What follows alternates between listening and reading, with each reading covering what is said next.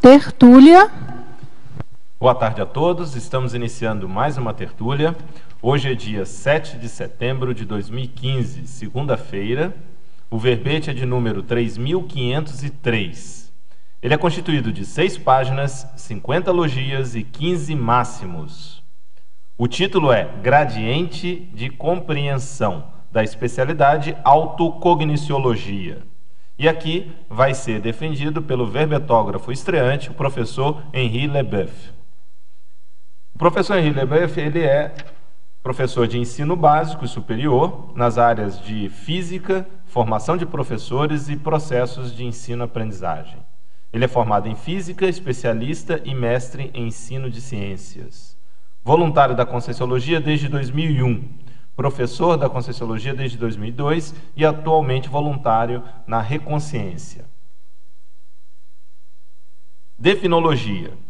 O gradiente de compreensão é o espectro das gradações multifacetadas e multiníveis do entendimento dinâmico de temas simples ou complexos, incluindo a autocognição, evidenciando o processo de ressignificação contínua inerente à cognição e paracognição das consciências. Na pensenologia, destacamos a ampliação da liberdade autopensênica, a leitura e interpretação parapsíquica das entrelinhas pensênicas, a compreensão crítica da influência da própria pensenidade na composição dinâmica dos holopensenes, o gradiente de compreensão coletivo constituindo a massa crítica indutora do holopensene favorável às neocompreensões evolutivas. Na fatologia, o gradiente de compreensão, a progressividade da aprendizagem, o processo gradual da compreensão de temas complexos, as aproximações sucessivas, a ampliação das referências pessoais, o aumento gradativo da precisão e especificidades dos significados, a complexificação da rede conceitual e o mapa proéxico das compreensões relevantes. Essa fatologia é constituída de 32 linhas. A parafatologia, nós destacamos as sutilezas e nuances da autocompreensão parapsíquica, a pangrafia ampliadora das paraperspectivas, o amparo extrafísico de função parametodológico do pesquisador multidimensional, o curso intermissivo catalisador das paracompreensões max-proexológicas, e o fenômeno da cosmoconsciência. Na divisão argumentologia, nós destacamos aqui o tópico taxologia, no qual é trazido, a partir da cosmovisiologia, o gradiente de compreensão apresenta, no mínimo, 5 dimensões qualitativas e interarticuladas concernentes à natureza pluridimensional de qualquer tema de estudo ou pesquisa, aqui então apresentadas em ordem alfabética. Também chamamos atenção para o item tipologia. De acordo com a voliçologia, eis pelo menos 2 tipos de aquisição da compreensão, segundo o nível de lucidez e prioridades da consciência. Na remissiologia, nós destacamos os seguintes verbetes: afinidade cognitiva, apreensibilidade, compreensibilidade, hiperacuidade pancognitiva e princípio da compreensão interassistencial. A frase enfática: o gradiente de compreensão das autoprioridades evolutivas e cosmoéticas, progressivamente construído nas autovivências teáticas, amplia as conexões interassistenciais da consciência. Questionologia: como avalia você, leitor ou leitora, o nível de autoenfrentamento das compreensões prioritárias? Admite a infinitude das compreensões ou se contenta com o já entendido? A bibliografia específica traz 4 indicações. E a mega-análise elaborada pela equipe da Encyclosapiens apresenta os seguintes tópicos: análise, síntese, formas, métodos, gradação, conexões, aquisição, concepção, apreensão, incremento, autocognição, metacognição, entendimento, max-amplitude, progressividade, comprensiofilia, autoaprendizagem, autocogniciologia, neosinapsologia e cogniciologia. Bom, professor Henri, parabéns pela estreia do verbete. E a gente tem por hábito aqui sempre solicitar ao verbetógrafo, antes de começar a responder as questões, tanto dos teletertulianos quanto aqui dos tertulianos presentes, de colocar os motivos, as razões ou as motivações que levaram a escrever sobre o verbete em particular. Esse tema, ele me ronda desde sempre, né? Tanto profissionalmente, porque eu sou professor e eu sempre me encuquei com essa ideia de como é que os alunos e como é que eu mesmo entendo determinados temas e as dificuldades que podem vir com essa compreensão ou não compreensão, o que está por trás disso, e também do ponto de vista pessoal, porque a gente acha que vai entendendo certas coisas e à medida que o tempo passa, você vai se envolvendo, você vai adquirindo novas compreensões, as compreensões vão ficando mais sofisticadas e a gente vai entendendo que as coisas não são estáticas. Então tudo que a gente vai entendendo vai modificando.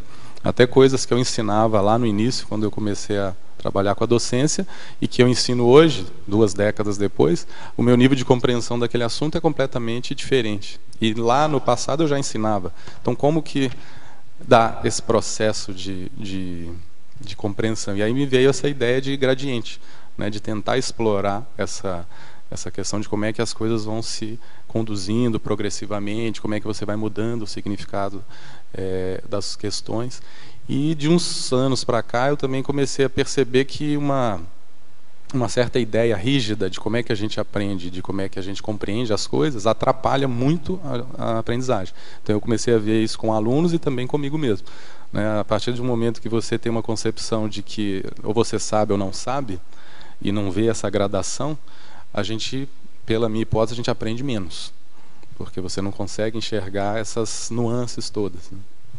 Então foi mais ou menos por aí. Então tem uma questão profissional, né, a boca torta, né, de professor, e também essa questão pessoal. E aqui na Conscienciologia, voltando para a autopesquisa também, como é que a gente nos entende e como é que isso não é tão simples assim. Perfeito.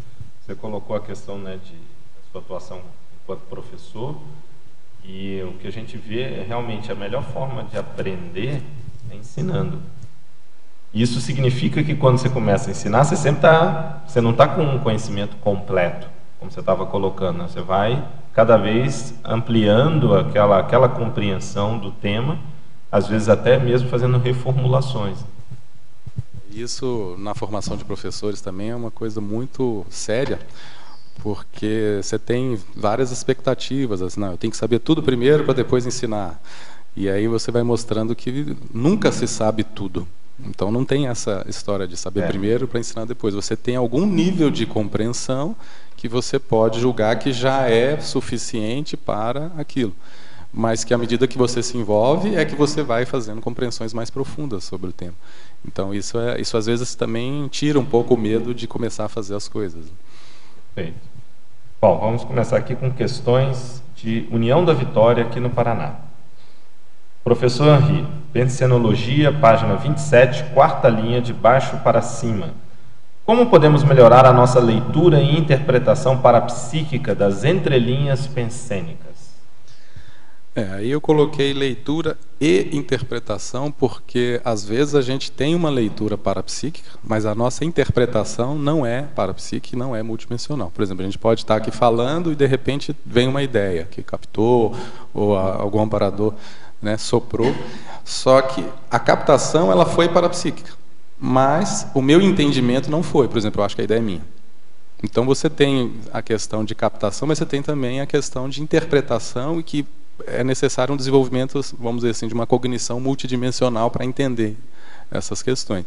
E eu não vejo muito milagre nisso, a não ser esforço em desenvolvimento parapsíquico, esforço em registro, em colocar hipóteses. Eu até coloquei técnicas que a gente usa aqui na reconsciência também, de revisão gráfica parapsíquica, do problema do escriba interdimensional, que é você registrar e não simplesmente dar uma interpretação rápida, mas pensar naquilo, colocar hipóteses e ir descobrindo essas coisas aos poucos, não ter aquela ansiedade de descobrir imediatamente, mas também não ficar preguiçoso e deixar para lá, não, já que eu não, porque também você pode interpretar para um lado patológico, né? Já que eu nunca vou entender tudo mesmo, então deixa para lá que depois, algum momento eu vou entender.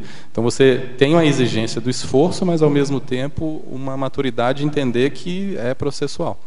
Então, assim, eu não vejo muito milagre a não ser autoesforço e registro e discussão e leitura e desenvolvimento parapsíquico. Não tem muita, vamos dizer assim, mágica no processo, né? Perfeito. Sinergismologia, página 28, primeira linha. Poderia ampliar sobre o sinergismo autocompreensão, heterocompreensão? Essa questão, ela está ligada, primeiro, à intenção de querer compreender a si mesmo e aos outros. Mas eu vejo que essas coisas são de mão dupla, porque à medida que eu, por exemplo, me autopesquiso e entendo certas fissuras ou certas qualidades minhas, isso facilita a minha compreensão do outro. E também estudar o outro facilita a compreensão de mim mesmo. Então essa interação e esse sinergismo, não tem como você falar assim, não, eu vou me entender primeiro para depois o outro, entender o outro e depois a mim mesmo. É uma coisa que é sinérgica o tempo todo, uma ajuda a outra. Então, até porque tem características suas que são justamente da relação com os outros. Sim, que só aparecem na relação, senão você não consegue. E até conceitualmente só faz sentido na relação com os outros, quer dizer, ser altruísta, você só pode ser altruísta com outros, não é com você mesmo. Então, tem certas características, ou egoísta também, porque você está abrindo mão do outro, né? Então, isso tudo exige essa relação, é inevitável. E não é nem uma questão só de exigência, é uma questão de impossibilidade de não haver essa relação. Porque a gente vive num mundo de relações, mesmo que a pessoa se isole, tem consciência. Então, eu acho difícil você não viver num mundo que tenha relações interconscienciais, né? Então, Tecnologia, página 29. Poderia descrever a técnica da revisão gráfica parapsíquica? Bom, essa técnica, ela foi proposta pela minha colega que está aqui do lado, que é a Regina Camilo. Então, já tem aqui a própria autora, né? E a gente usa isso dentro das nossas atividades na Reconsciência. Então, qual que é essa ideia? Você desenvolver, à medida que vai fazendo a técnica, uma capacidade de leitura parapsíquica e revisão.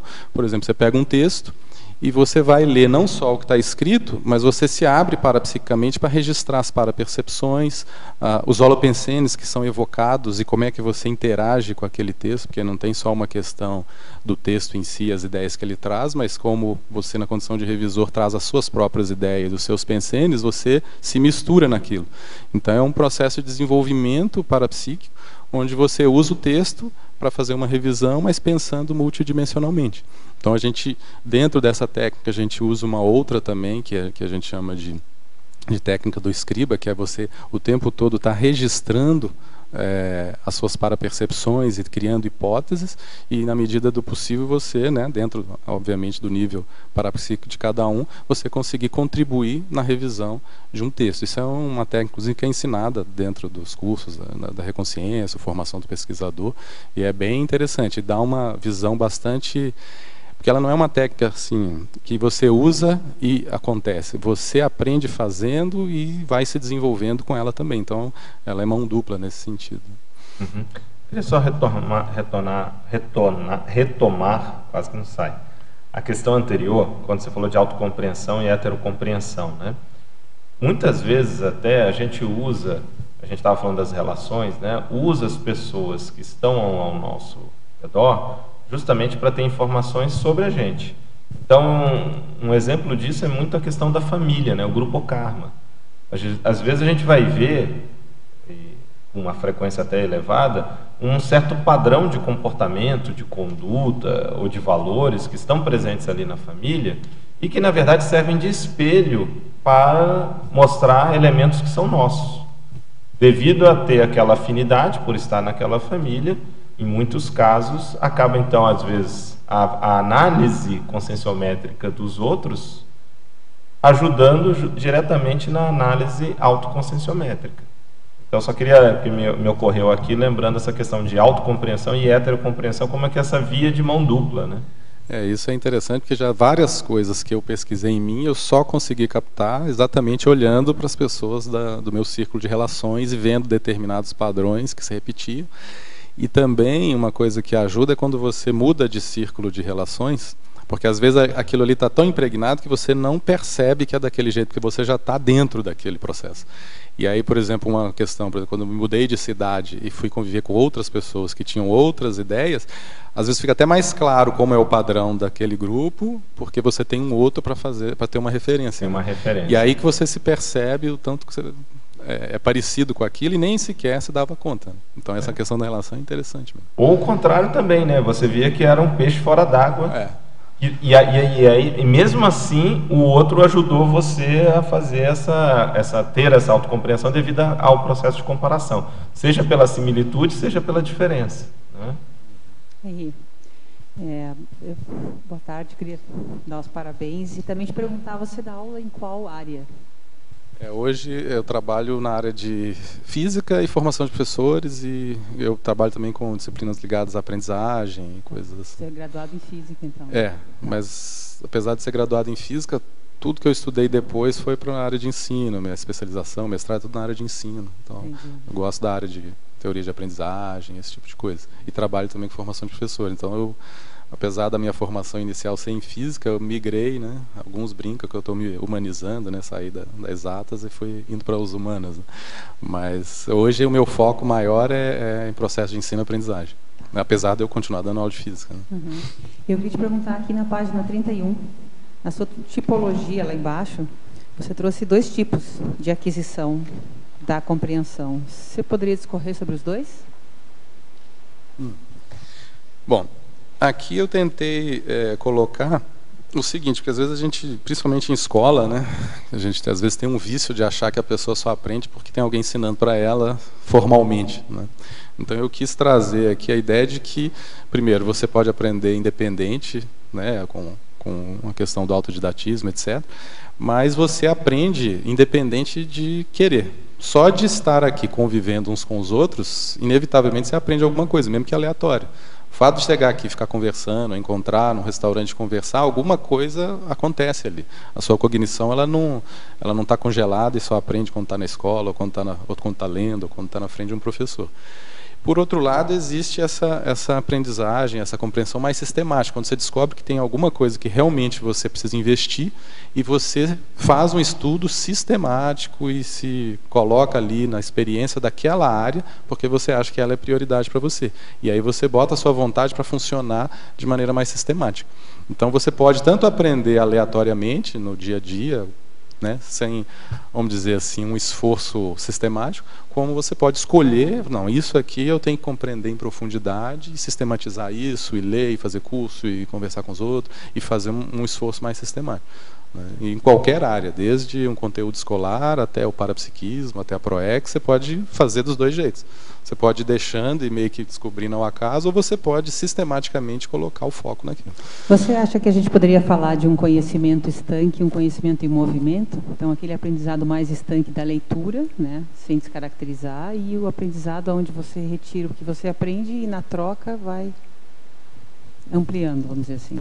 A concepção que eu trouxe aqui é que sempre é dinâmico. Sempre é dinâmico. A ideia é de tentar parar de enxergar o conhecimento como estático. Okay. Né? Você pode até, vamos dizer assim, dinamizar mais essa dinâmica, mas nunca é estático. Sempre que você entende alguma coisa, em algum momento você vai entender aquilo com uma nuance diferente, ou às vezes completamente diferente, dependendo da situação que você vive, da experiência que você tem. Então, na minha ideia atual, no gradiente de compreensão atual, não tem a compreensão estática. O estático seria assim, você ficar preso numa ideia e etc., né? Que a gente se agarra a algumas ideias e não quer abrir mão, etc. Mas mesmo quando a gente faz isso, alguma coisa está se movimentando. Mesmo quando a gente está agarrado a alguma ideia. Senão a gente não sairia do lugar nunca. Né? Sim. Você pode fazer mais rápido ou mais devagar, mas eu não consigo entender assim, a compreensão como um processo estático. Tá, então você acha que mesmo a leitura ela é dinâmica? Sim, e depende muito do jeito que você lê também. porque tem muitos tipos de leitura que você faz e que você pode ter uma apreensão completamente diferente de uma outra. Por exemplo, em ambiente escolar é muito comum a pessoa que lê decorando e a pessoa que lê buscando compreensão. E a pessoa que lê, que além de buscar compreensão, busca criticidade. Então você tem muitas facetas, muitas formas de ler diferentes e que tem também consequências diferentes para a sua compreensão. Tá. Vamos lá?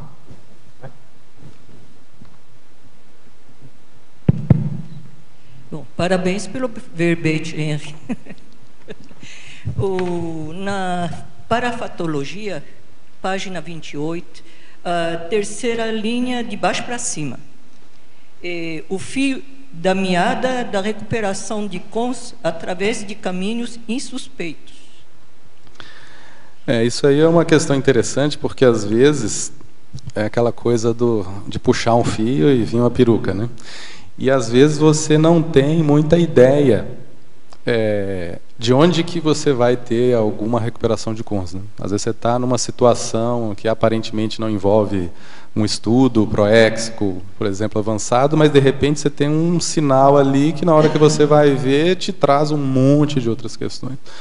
Então ficar atento aos sinais do dia a dia é bastante importante nesse sentido, porque às vezes são em situações insuspeitas que você descobre coisas sobre você mesmo, sobre suas relações, etc. Às vezes um comentário de uma pessoa que uma pessoa faz e de repente aquilo abre um monte de ideias que você não pensava ou não entendia sobre si mesmo. Eu já tive casos assim com alunas que fizeram um comentário comigo que me fizeram entender a forma como eu funcionava por um comentário aparentemente bobo de uma aluna brincando comigo, por exemplo. E aí você começa a entender. Então, às vezes a gente não está aberto para captar informação em qualquer lugar, vamos dizer assim. Mesmo em lugares que você acha que ali você não vai aprender nada e, de repente, é exatamente ali que vem uma informação e você começa a pensar coisas que você não pensava antes. Eu tenho uma pergunta que eu ia te fazer agora antes da colega, que era a respeito do método. Ainda na página 31, um pouquinho acima do que você comentou. Você trouxe aqui na sua taxologia o item 4, que é a questão dos métodos. Chegou a associar métodos com perfil? Na realidade, essa taxologia aí, a tentativa dela é de mostrar que você pode ter compreensões de várias facetas, não é só nível de compreensão, porque às vezes a gente pensa o gradiente só como nível, como gradação, mas você tem aspectos. Então, por exemplo, uma coisa é eu conhecer um assunto em profundidade conceitualmente, mas eu posso não entendê-lo metodologicamente. Por exemplo, como é que se construiu aquilo? Como é que foi feito? Como é que se chegou àquela conclusão? Então, eu entendo o conceito, mas eu não entendo como se chegou nele.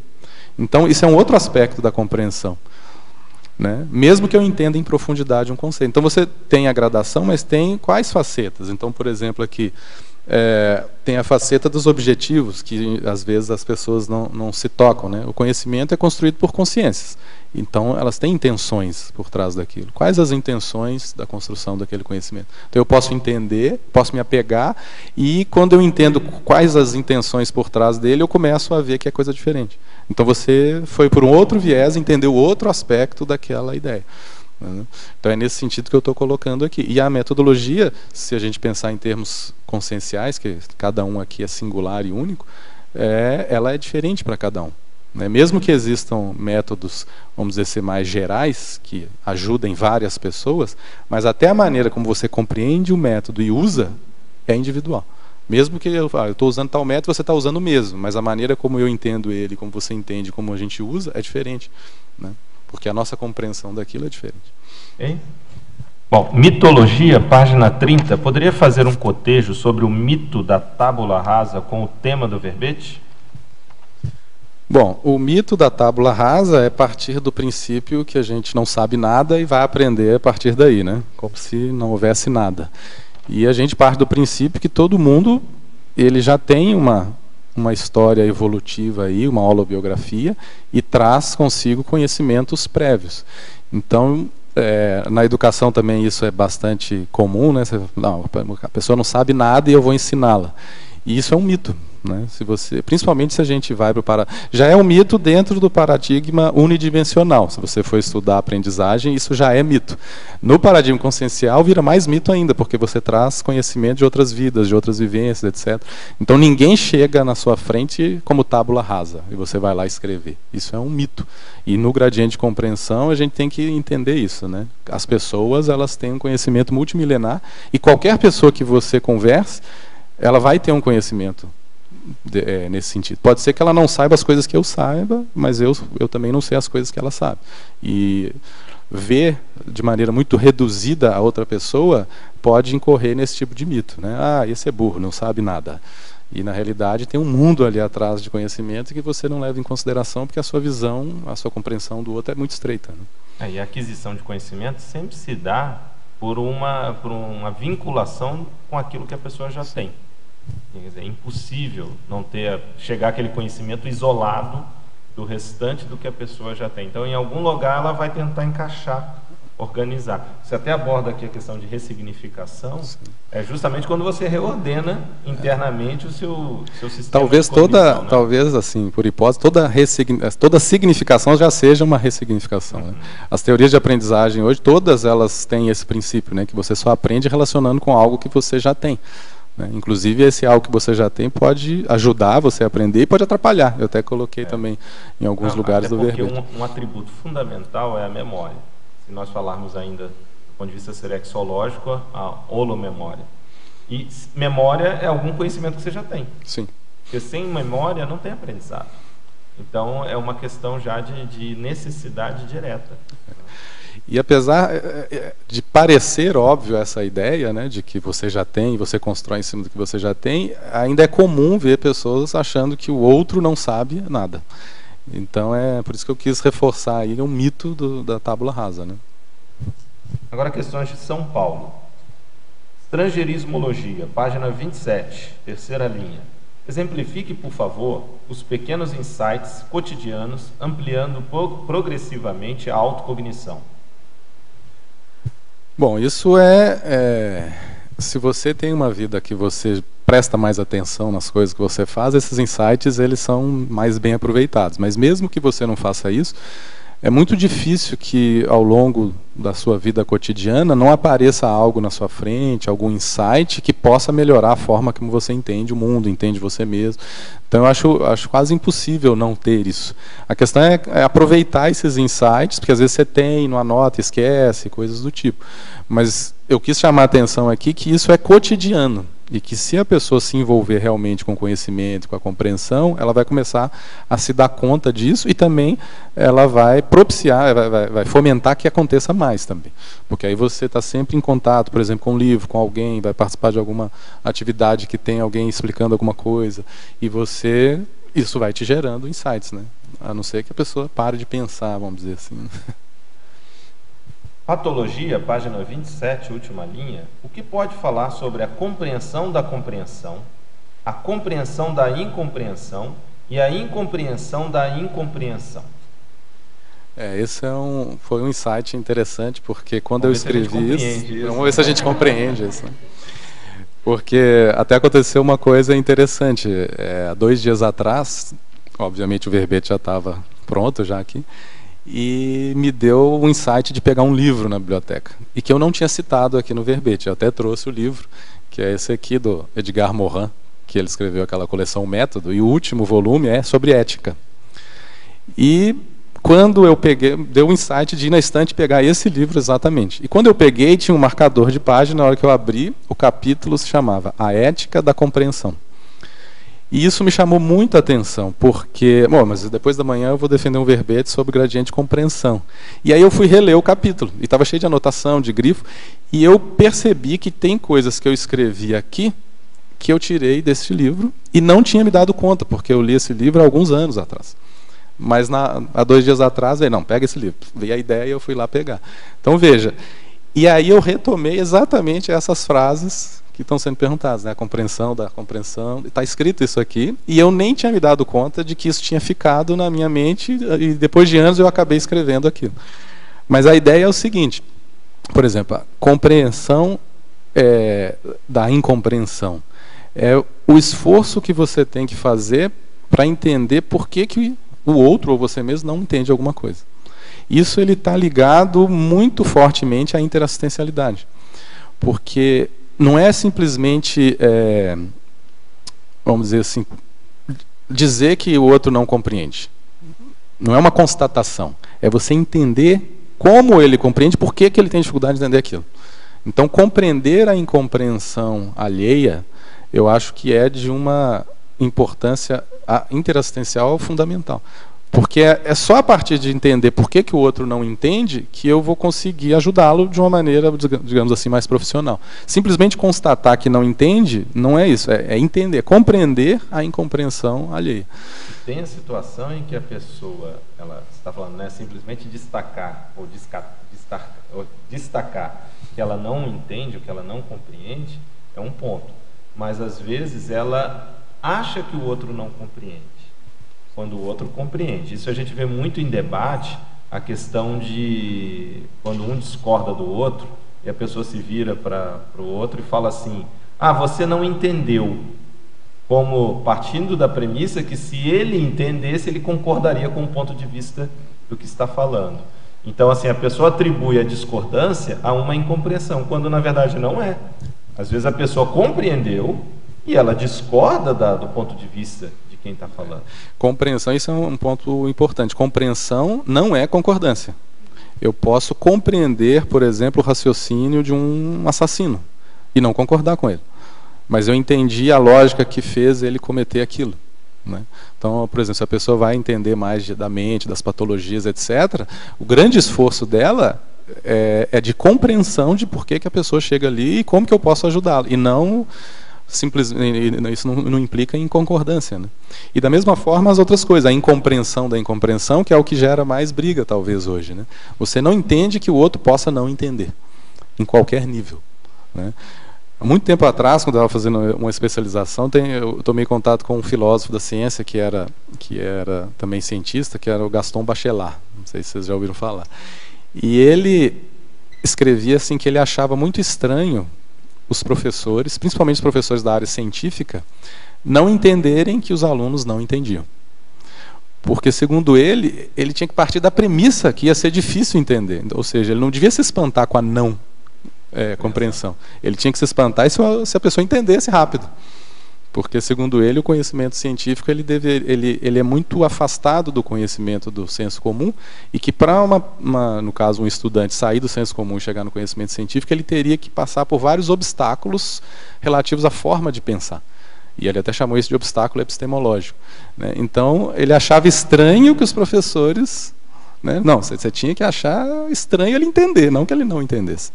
E muitas vezes esquecendo que eles foram alunos e às vezes passaram pelas mesmas dificuldades. Isso já aconteceu, às vezes, até comigo mesmo. Às vezes um assunto que você já dá aula há muito tempo, você começa a achar ele tão óbvio, que é como se você perdesse a capacidade de entender a dúvida do aluno. Eu passei por uma situação que me deixou bem claro isso. Eu estava dando aula numa faculdade, peguei 2 disciplinas, uma que eu entendia muito do tema, e outra que eu entendia muito pouco, sabe? Quando te dão aquela disciplina que você vai aprendendo quase junto com o aluno para dar aula, e você fica naquele estresse de estudar você tem que entender primeiro para ensinar para o aluno. E nesse semestre eu tive um resultado muito engraçado, porque a disciplina que eu dei, que eu entendia muito do assunto, os alunos tiveram um resultado ruim. E a disciplina que eu entendia menos, eles foram melhor. E aí eu fui refletir sobre isso. E uma das conclusões que eu cheguei é que naquele conteúdo que, vamos dizer assim, a minha compreensão estava mais próxima do aluno, eu conseguia entender a dúvida dele e conseguia fazer uma mediação pedagógica mais próxima. E enquanto a outra, como aquilo era muito óbvio, ficava tão óbvio que eu não entendi a dúvida. Como não entendeu? É tão óbvio. Só que aí você tem que fazer um raciocínio retrospectivo, mas é óbvio depois que eu fiquei 20 anos dando aula daquilo. E lá no início não era óbvio para mim. É como se você já tivesse a resposta na ponta da língua, porque quando você domina muito... Então é complexo isso, porque você realmente tem que fazer uma autorreflexão de entender a incompreensão. E entender que você também um dia não entendeu aquilo e teve uma dificuldade de entender, só que às vezes está tão no passado que você não percebe. Isso entra muito, como você já considera a bagagem do aluno, e aquilo no conhecimento que você já domina muito, você já atribui ao aluno a ter uma certa bagagem que às vezes ele não tem. E aí você dá saltos considerando que ele já tem aquilo. Né? E aí ele não tem referências. Né? E essa experiência foi bem marcante porque me chamou muita atenção para isso. Né? Como perfeito. assim? Esse assunto eu domino mais, ele devia ter aprendido mais. E foi o contrário. Tem lógica. Aqui também, acho que na fatologia você fala da ampliação das referências pessoais, né? Ainda dentro disso. E é muito interessante, até nessa relação professor e aluno, que às vezes a gente trabalha para facilitar a compreensão, tentando trazer referências que não são dos alunos, e sim nossas. E aí pode criar esse gap também. E a gente dá como certo que eles vão ter aquelas referências, não é? Eu tenho uma experiência nesse sentido e dar um exemplo para alunos de psicologia, eu fui citar filmes. Indiana Jones, Guerra nas Estrelas, quando eu vi aquele vácuo, um vácuo na turma, e assim, gente, vocês não viram Indiana Jones? Para mim era algo que todo mundo teria assistido Indiana Jones. Ou seja, também como saber que você está ficando velho, né? Porque algumas referências já não fazem sentido. Né? Então, assim, é interessante a gente ver essa condição. Você usa, olha só, o processo de referencial, achando que o outro tem o mesmo referencial. E você não vê que, às vezes, a validade de referencial tem um prazo. Pelo menos para você não, mas para o outro tem. Mas acho que você quer falar, Laurentino? No microfone, olha aí, ó. Sim. Às vezes a gente se refere a alguma coisa que é óbvia, da experiência da infância, e que não existe mais. E a gente não se dá conta que o jovem digamos, de 40 anos para cá, nunca teve conhecimento daquilo, nunca teve contato. Aquilo não faz sentido. A gente fica completamente por fora. É um esforço tremendo que a gente tem que fazer para se adaptar à geração moderna, que sabe muito mais do que eu sabia na época, mas são outros conhecimentos. É interessante a gente ver isso, né? Também tem a ver com essa questão da compreensibilidade. Né? Ainda com relação a esse assunto, nós tivemos há poucos dias uma experiência engraçada no Holociclo, né? Que veio uma turma de colegiais, 20, 30 alunos, e aí a Cristiane começou a explicar o que era enciclopédia e perguntou: alguém sabe o que é enciclopédia? Uma pessoa soube dizer o que era e tinha conhecimento de enciclopédia. Então, realmente, a diferença da hierarquização do conhecimento, né? Teve uma professora nossa que passou por essa experiência na universidade. Os alunos universitários aqui em Foz, acho que de uma turma de administração, 2 tinham tido contato com enciclopédia. O restante não sabia o que era e nunca tinha visto. Alguns ouviram falar.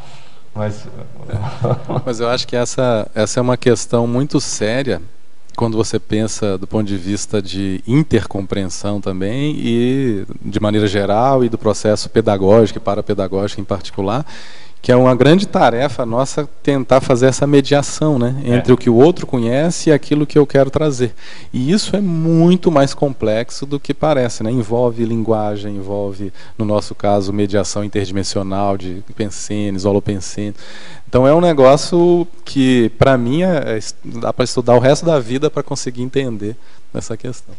Eu queria até complementar isso, emendando uma pergunta aqui na página 28, a concepção ideográfica das consciências singulares, porque a gente está falando de verdade de ideografia, porque a gente tem algumas concepções de ciência, de epistemologia, que os sujeitos são universais, isso é, que o que a gente espera de um, os outros terão, né? Então a gente tem concepções epistemológicas assim, e nós estamos falando de uma concepção ideográfica, isso é, de sujeitos singulares, de compreensões singulares, de experiências singulares, né? Que é bem isso que a gente está conversando. E aí eu queria que você refletisse sobre isso, sobre a ideografia e sobre a concepção da auto-heteroaceitação.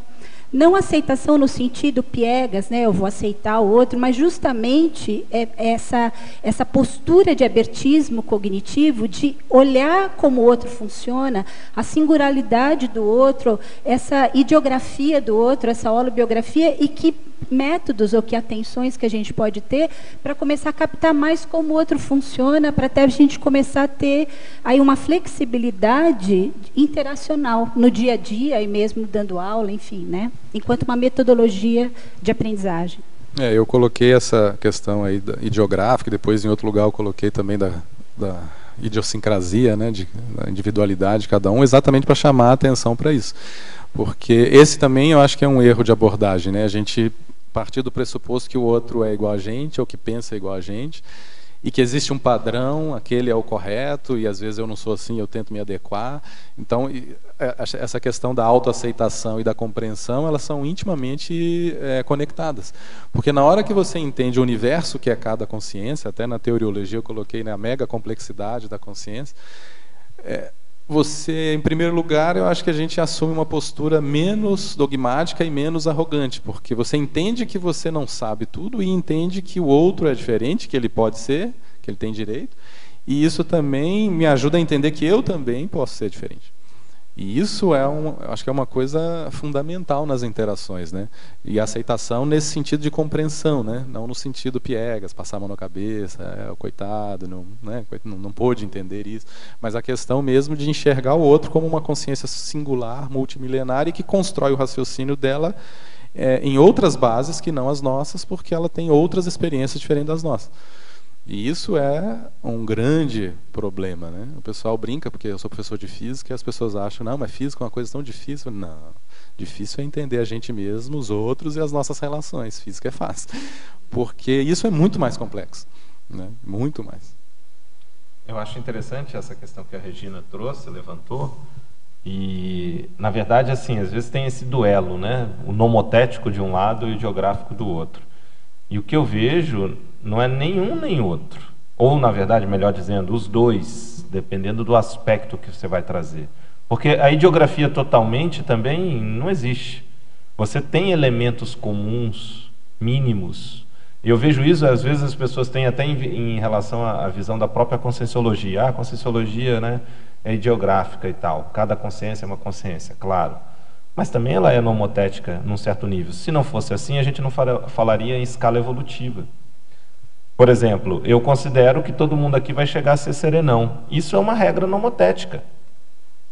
E na hora que eu tenho uma conscienciometria onde pode estabelecer escala, e eu tenho um parâmetro que é o serenão, eu estou usando um critério nomotético.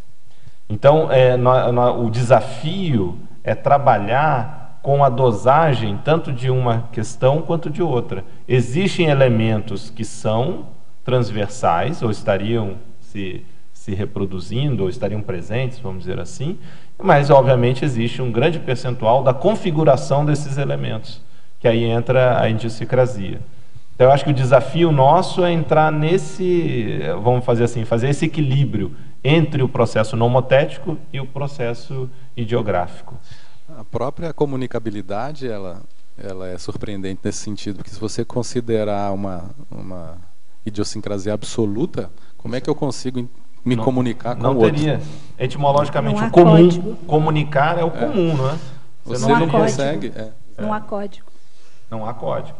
Então, existem elementos que a gente tem que trabalhar. Então, eu vejo até no próprio processo de aprendizagem, você vai ter elementos que você pode considerar. O problema é na nossa incapacidade, ou falando nos seus termos, na nossa incompreensão das N variáveis que estão presentes ali, que permitiriam a gente ter uma visão de conjunto melhor. Por exemplo, eu acho que o evoluciólogo ele consegue já atingir um nível, por isso que ele trabalha com grandes grupos. Ele consegue ver padrões mais relevantes. Isso não significa que a gente vai tirar o processo ideográfico, que é fundamental, não é? Mas trabalhar com esses dois, eu vejo que seria melhor, o maior desafio e o mais adequado, o mais correto, né? Bom, patologia, página 28, oitava linha. Pode elucidar a construção do significado e parasignificado? Bom, isso está dentro do cerne, aí, do gradiente, né, de compreensão. Porque você constrói e dá significado para qualquer tema, qualquer conceito, qualquer vivência, relacionando com outras vivências anteriores, e você vai construindo um significado com relação a isso, né? O significado ele não é dado, ele é construído. né? E aí eu expandi também para a questão do para-significado. Ou seja, como é que você tem insights, intuições, ou quando você está no seu curso intermissivo e dá significação para as coisas extrafísicas. Então, como é que é esse processo? E dentro dessa linha que eu coloquei aqui no verbete, ele sempre tem que ser, ou tem que ser, é difícil, mas assim, ele, dentro do que eu entendo hoje, ele é sempre construído, né? Dentro do nível que eu entendo, não há como entregar o significado para o outro. Sempre tem que ter um diálogo aqui para que o outro minimamente compartilhe o significado com você. Então ele está sempre construindo, eu não entrego pronto. Eu faço uma mediação e o outro vai construindo e a gente vai conversando e a gente chega, vamos dizer assim, numa coisa próxima o suficiente que permita que a gente entenda o que o outro está falando, né? Mas a sua construção do que eu falo é a sua. Eu não tenho como saber exatamente como você dá o significado para aquilo. Isso é interessante hoje nos estudos até de leitura, até na área também da própria literatura, mas até ficcional, mas não só ficcional, a questão de que o leitor, às vezes, ele tem muito mais associações do que o próprio autor. E, às vezes, o leitor consegue interpretar e compreender aquilo que foi escrito além do que o autor. Além do autor. Ou seja, o autor ele escreveu, às vezes, até de maneira inconsciente, você ressaltou isso aqui ainda há pouco. Alguns elementos que você colocou, você foi ver, estava lá no livro, aquilo tinha ficado em você, né? No livro do Morin. Então, talvez um outro leitor que está atualizado com o Morin, na hora que lesse isso aqui, ia falar, olha só, ele está aqui baseado no Morin. E, de repente, você não teria dado conta disso, teria se dado conta disso. Às vezes o leitor tem um conhecimento específico, vamos supor, por exemplo, mitologia, e reconhece na estrutura daquele texto ou nas referências daquele texto elementos que são mitológicos que o próprio autor não conhece, né? Ou elementos que são sociológicos, que foi da formação daquele autor, que para ele aquilo é natural, mas que o leitor, ele consegue fazer essa especificação. Então isso é muito interessante para a gente ver essa diferença, não é? Eu coloquei, inclusive na paradoxologia, né, o paradoxo de você compreender menos com menos informação própria do aprendiz veterano, que é exatamente isso. A pessoa já tem um conhecimento mais sofisticado numa área, e aí ela vê uma frase, e aquilo para ela já traz uma significação enorme. E uma pessoa que não conhece a área, às vezes a frase não faz nem sentido, ou ela dá um significado muito pobre àquilo. Na academia é muito comum, né? O professor pega seu texto, olha, sabe até de onde você copiou. Ele olha uma frase e sabe de onde você tirou, que autor você usou. Por quê? Porque ele domina aquela área do conhecimento. E outra pessoa lendo não tem a menor ideia, acha que às vezes a ideia até do próprio escritor. Agora, ali, às vezes ele copiou. Tem um outro elemento nisso também, que é a capacidade da pessoa de associação de ideias. Porque às vezes até aquele professor ele tem muito conhecimento naquela área, mas tem um outro que não tem tanto, mas ele tem uma capacidade de associação de ideias que ele faz relação com outros campos do saber, que aquilo amplia enormemente. Então aquele professor, ele é muito especialista e está muito fechado. Por isso que você vai ver que às vezes uma contribuição até de teoria numa área, ela se dá por quem é fora da área, quem não é daquela área, de fora daquela área, porque justamente a pessoa ela vem com outras associações que às vezes o pesquisador que está ali naquele ponto, ele não consegue sair daquele campo. Eu achei uma expressão interessante, lendo outro dia, mais ou menos nessa linha, que eles chamam de fertilização cruzada de ideias, que é exatamente a pessoa que vem de um outro campo e toma conhecimento, e exatamente por ter ideias de outros campos do conhecimento, começa a fazer uma associação de ideias muito mais inovadora do que às vezes quem está no próprio campo, né? Eu achei tão interessante essa expressão, depois eu tenho que até olhar, eu coloquei ela aqui, mas eu tenho que ver exatamente de onde que eu tirei, mas a expressão era essa, era fertilização cruzada de ideias. É bem e o conceito que ele dava era exatamente esse, de você trazer de outros campos aparentemente distintos ideias que se associam e criam uma versão, uma visão que não se conhecia, né? E você, no fundo, o que é isso? É o raciocínio analógico. Muitas vezes a pessoa ela consegue ver relações e ela traz de outros campos e aí ela consegue dar uma outra significação ou ampliar aquilo porque ela fez a associação. E às vezes isso pode gerar incompreensão, porque às vezes a pessoa que é especialista no tema só, ele não é capaz de entender a associação nova. E simplesmente, não, mas isso aí você não é nem da área que você está dando palpite aqui. Mas é porque não compreendeu que ele fez uma associação com outra área que ele não domina. Então, eu tenho uma pergunta nisso que vocês estão comentando, que é sobre o entendimento do processo do conhecimento teórico e prático. Por exemplo, vamos pegar aqui 4 áreas. Educação física, dança, poliglotismo e o médico que é cirurgião, por exemplo. O nível de compreensão deles nessas 4 áreas passa sempre pela prática. E tem outras áreas que são um pouco mais teóricas, é um entendimento mais teórico. Nessas outras é obrigatório ter a teoria, mas trazer o pragmatismo, né, da situação. Não sei se você chegou a fazer essa diferença ou você colocou tudo isso na mesma abordagem. Eu coloquei algumas coisas aqui, por exemplo, crescendo compreensão teórica, compreensão teática, mas isso aí eu vejo assim, que em todas as áreas, mesmo que tendam a ser mais teóricas ou práticas, sempre tem os 2 elementos. Eu acho muito difícil não ter. Às vezes ele puxa mais para um lado ou para o outro. Sim.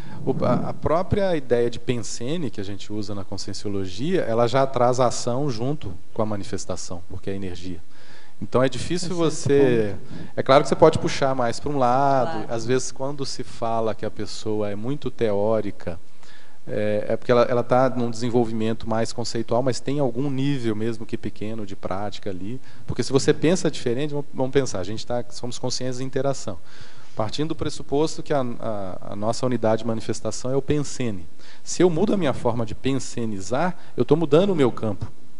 E isso interfere nas nossas interações. Então, em algum nível, sempre tem alguma ação. É claro que a gente pode criticar qual é essa ação, o nível dela, etc.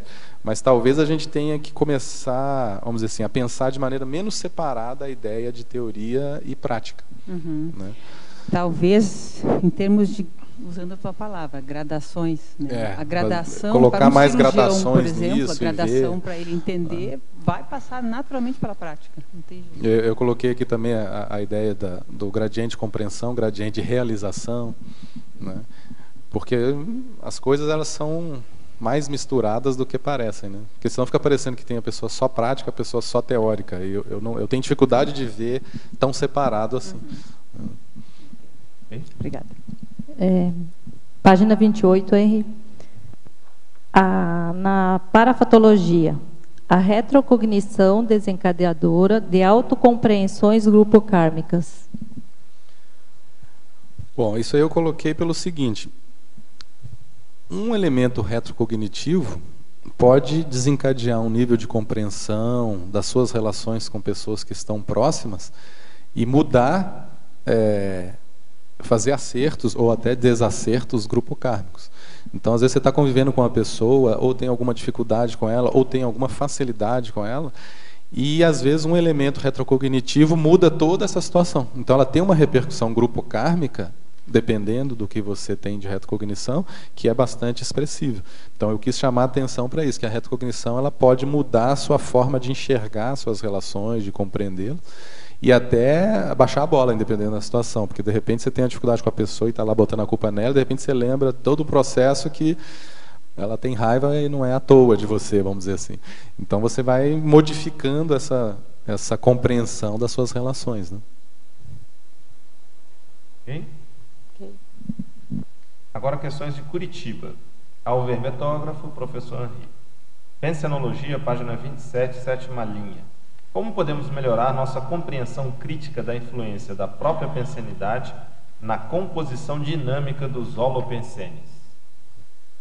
Bom, a ideia do holopensene, que às vezes isso é uma coisa que me incomodava também, às vezes a gente falava muito de holopensene como se fosse algo externo a nós mesmos, né? Como se a gente não fizesse parte e contribuísse com os nossos pensenes para esse holopensene. Então, na hora que você começa a entender isso, você começa a ficar muito mais crítico da sua participação nos holopensenes. Por isso que eu coloquei isso aí. Então, e aí você começa a prestar mais atenção. Porque primeiro vamos dizer assim, ter esse insight. Não, mas espera aí, eu contribuo. Qual que é a minha contribuição? É para reforçar? É para mudar? Se é para reforçar, é positivo? É patológico? Se é para mudar, é positivo? É patológico? Qual o meu nível de influência nesse holopensene? Ele é grande? Ele é pequeno? Às vezes eu não posso... O meu pensene vai mudar muito pouco, ou às vezes a minha manifestação ali muda drasticamente uma situação. Então você começar a prestar atenção criticamente nisso, e isso é cotidiano, não é só uma coisa assim... Vamos dizer que às vezes a pessoa quer um fenômeno mais sofisticado, etc. Mas é no dia a dia, no cotidiano, quando você conversa com as pessoas, quando arruma a sua casa. O jeito de você pensenizar está mexendo no holopensene, em algum nível. E você compõe isso com outras consciências. Eu fiz algumas experiências algumas vezes e que realmente muda as questões. Às vezes, uma vez eu estava cortando o cabelo e duas mulheres começaram a discutir uma coisa meio patológica e meio que ia surgir uma briga. E naquilo você tem um ímpeto meio de ficar angustiado, ou de ficar com raiva daquilo. E aí vem um insight, não, fica quieto, respira e começa a pensar positivo ali na situação. E de repente o assunto foi diminuindo e tal, aquilo me chamou a atenção. Então veja, a forma de você pensar, eu estava sentado cortando o cabelo, a forma de você pensar, ou pensenizar, no caso nosso, ela pode modificar situações em volta de você. E na hora que você começa a ter uma criticidade com relação a isso, e isso tem a ver com cosmoética, com interassistência, você começa a ficar, vamos dizer assim, muito mais cuidadoso, até com o que a gente pensa e como é que a gente contribui para os holopensenes e para as situações que a gente se envolve. Teoriologia, página 29. Poderia nos falar mais sobre a teoria da zona de desenvolvimento proximal de Levi Simonovich Vygotsky? Foi bem aceita e adequada à nossa realidade brasileira de ensino? Bom, todas as teorias que eu coloquei aí, elas estão aí porque elas têm uma relação com a construção de uma compreensão. No caso dessa, da zona de desenvolvimento proximal, ela, vamos dizer assim, não é uma questão de ser aplicável ou não. É uma explicação de como pode acontecer a aprendizagem e o desenvolvimento. E que você pode tomar partido disso, porque à medida que você entende uma teoria, é aquela coisa que é uma dificuldade minha. Você não aplica a teoria. A teoria faz você enxergar coisas que você não enxergava antes. Então, por exemplo, eu posso fazer uma pergunta do tipo, como que é que eu posso lembrar de uma projeção? Essa pergunta ela só faz sentido se eu tenho alguma ideia na minha cabeça que projeção existe. Senão ela não faz nem sentido. Né? Então, quando você estuda teorias ou de aprendizagem, ou qualquer que seja, não é uma questão de simples aplicação no contexto ou não. É uma questão que você enxerga diferente e, a partir disso, você atua diferente a partir da sua compreensão. No caso dessa da zona de desenvolvimento proximal, do Vygotsky, o que ele propõe? Que existe um nível de desenvolvimento real, que é aquilo que a pessoa é capaz de fazer sozinha. E existe aquele nível potencial que ela pode ser capaz de fazer com a ajuda do outro, porque ele traz muito a questão da interação social na aprendizagem e no desenvolvimento. Então a zona de desenvolvimento proximal seria aquela região onde a pessoa, onde você pode, vamos dizer assim, puxar a aprendizagem, o desenvolvimento dela em função de ajuda externa. Né? E tem coisas que nem com a ajuda externa a pessoa vai conseguir entender. Quando você entende isso, veja, não é uma questão de se aplica ou não à condição brasileira. É uma questão de que você, com base nisso, você entende. Bom, então tem coisas que eu posso fazer para ajudar aquela pessoa a aprender aquilo. Tem coisas que não adianta eu fazer. E eu vou tentar ver onde é que isso se coloca. Agora, tem um conceito na Conscienciologia que se encaixa muito neste caso aí do Vygotsky. Eu vejo que, eu já até escrevi um pouco sobre isso, a questão de fazer essa associação.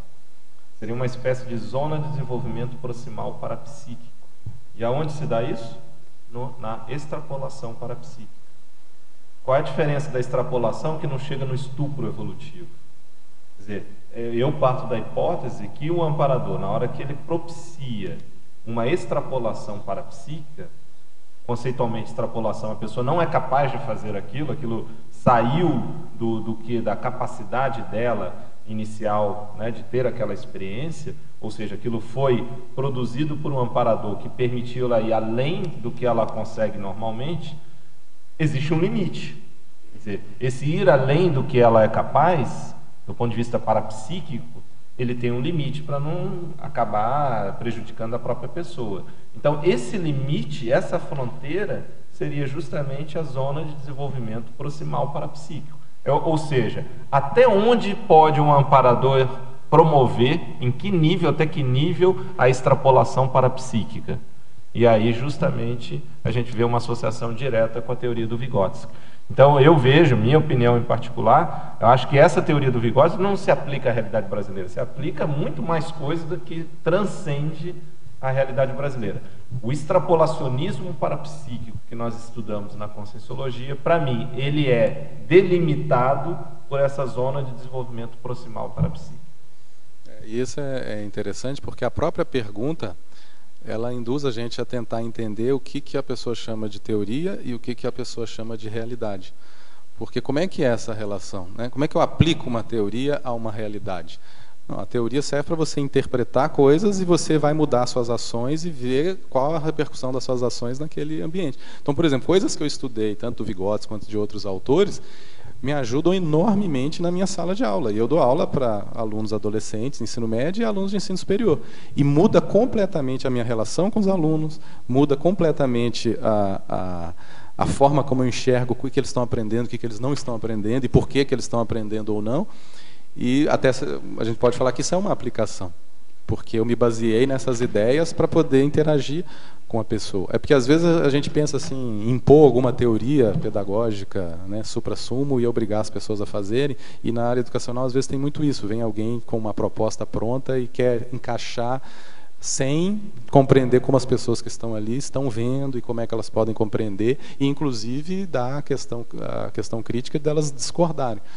Isso é uma coisa que às vezes a gente tem ainda uma tendência muito de impor pacotes, né? Pronto, na educação isso é muito comum, vem o sistema pronto, um pacote, e você isso gera rejeições, então, por isso que eu sou a favor assim, vamos estudar e ir testando e fazendo as coisas e vendo o que acontece. Um grande problema na educação, até dentro disso que você está falando dos pacotes, que é a questão do mito da não miscibilidade, ou o mito da imiscibilidade teórica.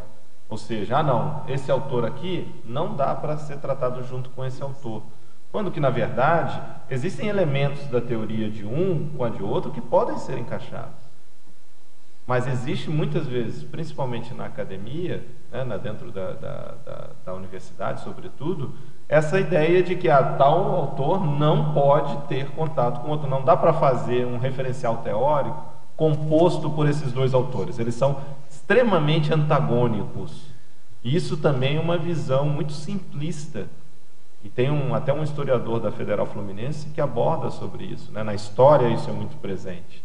Então você só pode ser aqueles autores ou aqueles outros. Juntar um com o outro é impossível. Esse diálogo também é interessante porque, na prática, quem está lá na sala de aula é o professor e seus alunos. E ele vai lançar a mão de ferramentas que ele estudou, ele vai pegar coisa de um autor, coisa de outro, e aquilo vai virar, vamos dizer assim, vai confluir para a prática dele junto com os alunos.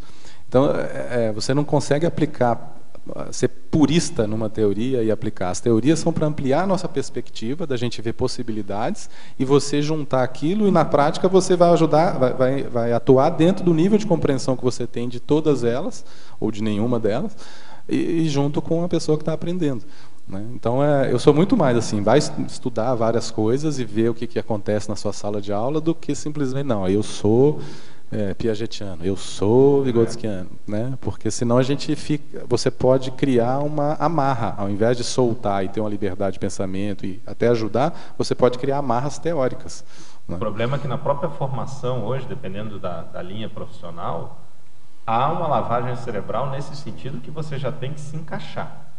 Então, por exemplo, na psicologia acontece isso em muitos lugares. Qual é a sua linha dentro da abordagem da psicologia? Como se você não pudesse ter outras contribuições. Você pode até predominar, na prática acaba sempre havendo uma predominância de uma determinada área, mas você ter a obrigatoriedade de ter o rótulo, né, e criar trincheiras cognitivas com as outras abordagens, isso enfraquece demais a própria abordagem e atuação da pessoa. E às vezes também há um medo da teoria. Eu vejo isso muito. Você vai falar, não, mas na teoria é bonito, mas a prática é outra. Então, esse medo, a pessoa às vezes nem sabe qual é a teoria, mas ela tem medo porque vai ser imposto e teoria é diferente da prática, essa dicotomia. Ela não entende que estudar pode melhorar, e não que ela tenha que seja obrigada a fazer aquilo. Isso é um negócio muito sério, né? E não percebe que ela está atuando dentro de uma perspectiva dela, teórica, mesmo que seja da cabeça dela. Ela acha que não tem teoria, que está isento. Não, eu sou isento de teorias, como se isso fosse possível, né? Complementando essa discussão, né, e voltando para o Vygotsky, quando a gente pega o seu texto, a gente percebe algumas propostas tuas práticas e teáticas usando a zona de desenvolvimento proximal.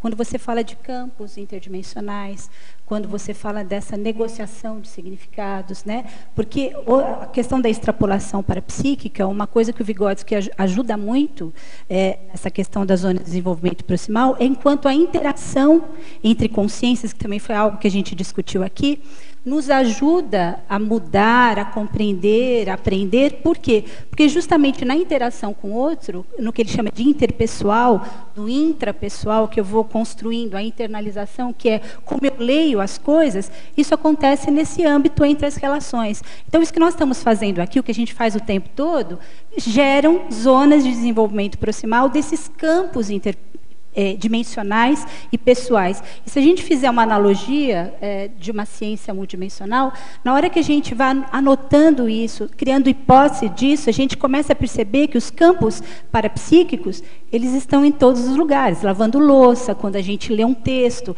Então, a gente quebra essa visão dessa cognição mais unidimensional e a gente passa para uma cognição mais multidimensional no sentido de perceber que, no fundo, através dos penseiros, nós trabalhamos com os campos interdimensionais. Então, eu acho que a teoria do Vygotsky, nesse sentido, entre outras que você indicou aqui, eu acho ela extremamente pontual, não só para o Brasil, mas eu acho que ela realmente é uma teoria muito séria, e na conscienciologia a gente pode fazer muitos avanços a partir dessa visão teórica, né? Bem, vai lá, Eucarpio. Aproveitando a questão da teorologia, você cita aqui, né, começa citando o significado, significante, mas eu queria que você explicasse a teoria da semiose. Se é o mesmo que semiótica ou semiologia, e aí eu peço auxílio dos especialistas, até para o meu próprio esclarecimento e futura utilização. Só um comentário antes disso, é que um outro aspecto também de você estudar teorias diferentes é que às vezes você não estuda uma teoria simplesmente para aplicá-la, mas na medida que você entende e compreende uma teoria, ela te propicia uma flexibilidade mental para você entender coisas mais complicadas depois. Ela é vamos dizer assim, é um passo. Não, só que você tem que abrir mão de se entrincheirar e achar que aquilo é a solução para tudo. Mas aquilo te permite ler outras coisas, entender outras coisas que você não entenderia se não tivesse lido aquilo ou entendido aquela primeiro. Então a gente tem que entender esse degradê aí de teorias e não só simplesmente rechaçar, é teórico. Não, aquilo ali aumenta a sua capacidade cognitiva e faz você entender mais coisas. Tem coisas, inclusive extrafísicas, que você só consegue entender porque você já estudou um monte de coisa e aquilo começa a fazer sentido, senão você não consegue entender, né? No caso aí, essa teoria da semiose é da semiótica mesmo, do Peirce, né? Nessa ideia de semiose, porque a semiose é o processo de significação, que dentro da semiótica o Peirce coloca que vamos dizer assim, tem um signo, um gesto, uma palavra, uma frase, as nossas energias que puxam um conteúdo da consciência e aquilo gera um ciclo de significação onde você vai interpretando essas coisas, né? Eu tenho até um especialista aqui do meu lado, o meu nível de compreensão da semiótica o dela é outro, né? Mas qual que é a ideia central aí? Que ele coloca isso como algo infinito. Por isso que eu coloquei ele aí, que a compreensão nunca é acabada, ela sempre está em processo de significação, e você vai mudando isso com o tempo. Qualquer assunto que você pegue, qualquer tema, qualquer conceito, você vê que muda. Por exemplo, se eu falar aqui do conceito de amizade, o que eu achava que era amizade na adolescência e o que eu acho hoje é completamente diferente. E se a gente conversar, parece que todo mundo sabe o que é amizade.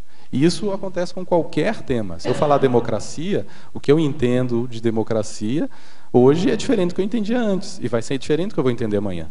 E é diferente do que o outro entende. Por exemplo, se eu for conversar sobre democracia com uma pessoa que morou a vida toda num holopensene que é totalitário, a visão dele de democracia com certeza é diferente da minha, porque a experiência dele é outra. E tem as convenções conceituais que elas também evoluem, do ponto de vista coletivo, que elas evoluem ao longo do tempo. Se a gente pegar, por exemplo, o conceito de saúde, há algumas décadas, era muito restrito à ausência de doença. Então, saúde é ausência de doença. Hoje, o conceito de saúde é ausência de doença, mas também bem-estar biopsicossocial. E já faz uma diferença enorme, até do ponto de vista prático, em, por exemplo, elaboração de políticas públicas. Uma política pública que tem como parâmetro o conceito de saúde apenas como ausência de doença, ela vai ter um nível de estratégia. Uma política pública que considere o conceito de saúde enquanto, além de ausência de doença, bem-estar biopsicossocial, vai ter um outro conjunto de estratégias para poder efetivar aquilo na prática. Então, isso também, e isso nós estamos falando de convenções ou conceitos oficiais dentro de um determinado grupo ou de uma determinada época. Como isso evolui também, né? A nossa percepção vai evoluindo dentro daquele tema, que tem a ver com o processo teórico mais abstrato. E você vai criando uma massa crítica coletiva, né? Porque à medida que mais pessoas vão entendendo isso impacta, por exemplo, numa política pública. Se uma só pessoa entender daquele jeito, isso dificilmente vai impactar numa política pública. Então, há uma exigência também desse compartilhamento de significados e de compreensões, onde vai se criando massa crítica que muda a história para um lado ou para o outro. Né, que a gente não pode colocar só a coisa individual, né, mas como é que coletivamente aquilo vai interferindo. Por exemplo, a gente está aqui debatendo temas usando o paradigma consciencial, o princípio da descrença, etc. O fato de fazer isso todo dia, se você cria uma massa crítica, que uma pessoa que entra aqui, ela já se impacta. Por que isso acontece? O que foi criado que está num nível tal que ajuda a pessoa a entender aquilo? Né? Bom, agora uma questão. O Ricardo já falou? Quer falar outra coisa? Concluindo aí toda essa argumentação e essa análise, seria simplificando a história e a geografia da linguagem? Não é restrito só à linguagem. Não sei se seria isso, né? Teria que pensar. Como tem um especialista aqui em semiose, se você quiser falar alguma coisa. A semiose, na verdade, é um processamento cognitivo. O Peirce, quando estudou a semiose, ele estudou como funciona a cognição no sentido das analogias do que a gente tem e que isso vai mudando os nossos processos de significação. Então, ele é mais do que significado de conceitos.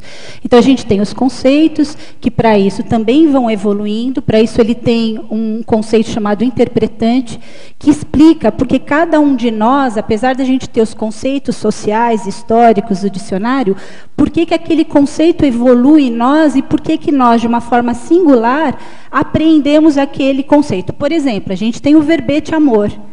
A gente sabe que a gente não ama igual a gente amava quando tinha 4 anos de idade. Que hoje, esse conceito de amor, ele vai ampliando a partir dessas experiências, desses processamentos cognitivos.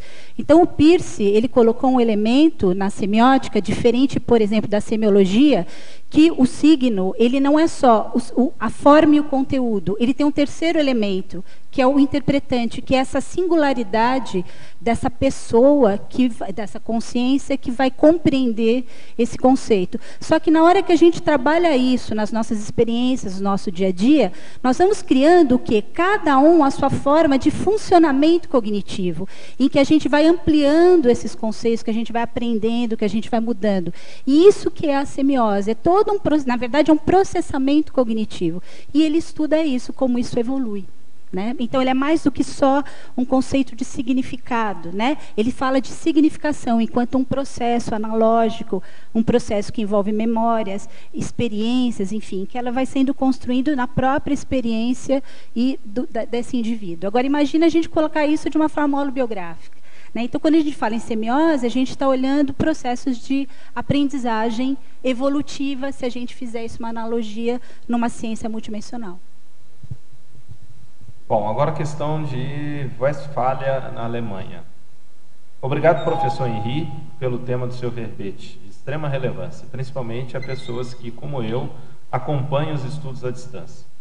Poderia expandir o item da fatologia, página 28, sexta linha, de baixo para cima, a escrita organizadora e ampliadora das compreensões diversas?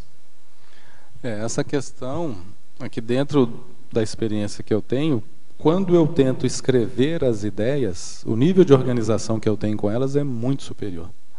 Porque às vezes a gente pensa, reflete, a gente fala, mas na hora que você tenta botar num papel de maneira clara e coerente, aquilo ali gera um nível de organização mental e das ideias, inclusive às vezes refuta até o que você estava pensando, porque na hora que você escreve você começa a ver furo no que você estava pensando, e isso para mim é uma coisa muito impressionante, como que o fato de escrever ajuda a gente a entender, a compreender e a organizar as ideias na nossa mente. Isso eu acho que é uma coisa bem interessante. Fora a questão, o papel da memória, né? Porque você às vezes registra alguma parapercepção, alguma vivência sua, e você esquece daquilo. E na hora que você pega aquilo e lê de novo, você evoca energeticamente aquilo, o holopensene que estava envolvido. Então acho que a escrita, pelo menos no nosso nível aqui, é fundamental para esse nível de organização. A escrita não é só uma comunicação com o outro. Ela ajuda você a raciocinar, ajuda você a pensar, ajuda você a entender as ideias. Então isso é bem relevante. Patologia também, para expandir, página 28, segunda linha, de baixo para cima. O mapa proéxico das compreensões relevantes. Bom, essa questão da relevância é bem relevante, né, para ser repetitivo, mas a ideia é o seguinte: à medida que você vai entendendo certas coisas, certos conteúdos, certas áreas, etc., você começa a dar relevo a algumas mais do que outras. Coisas que são importantes para mim hoje, que não eram antes, coisas que eram importantes e não são mais. E você começa a traçar um mapa do que é relevante para essa minha vida atual e o que não é. Eu paro do princípio seguinte: como tem conhecimento a rodo no universo e eu não vou conseguir entender tudo, eu vou ter que escolher. Essa escolha, ela vai ter que ser priorizada conforme a relevância proéxica daquele assunto. Que assunto é relevante no meu atual nível evolutivo hoje? Então esse mapa proéxo de relevância de compreensões é esse exercício, não tem um mapa pronto, tá? É um exercício de decidir e escolher aquilo que é relevante compreender.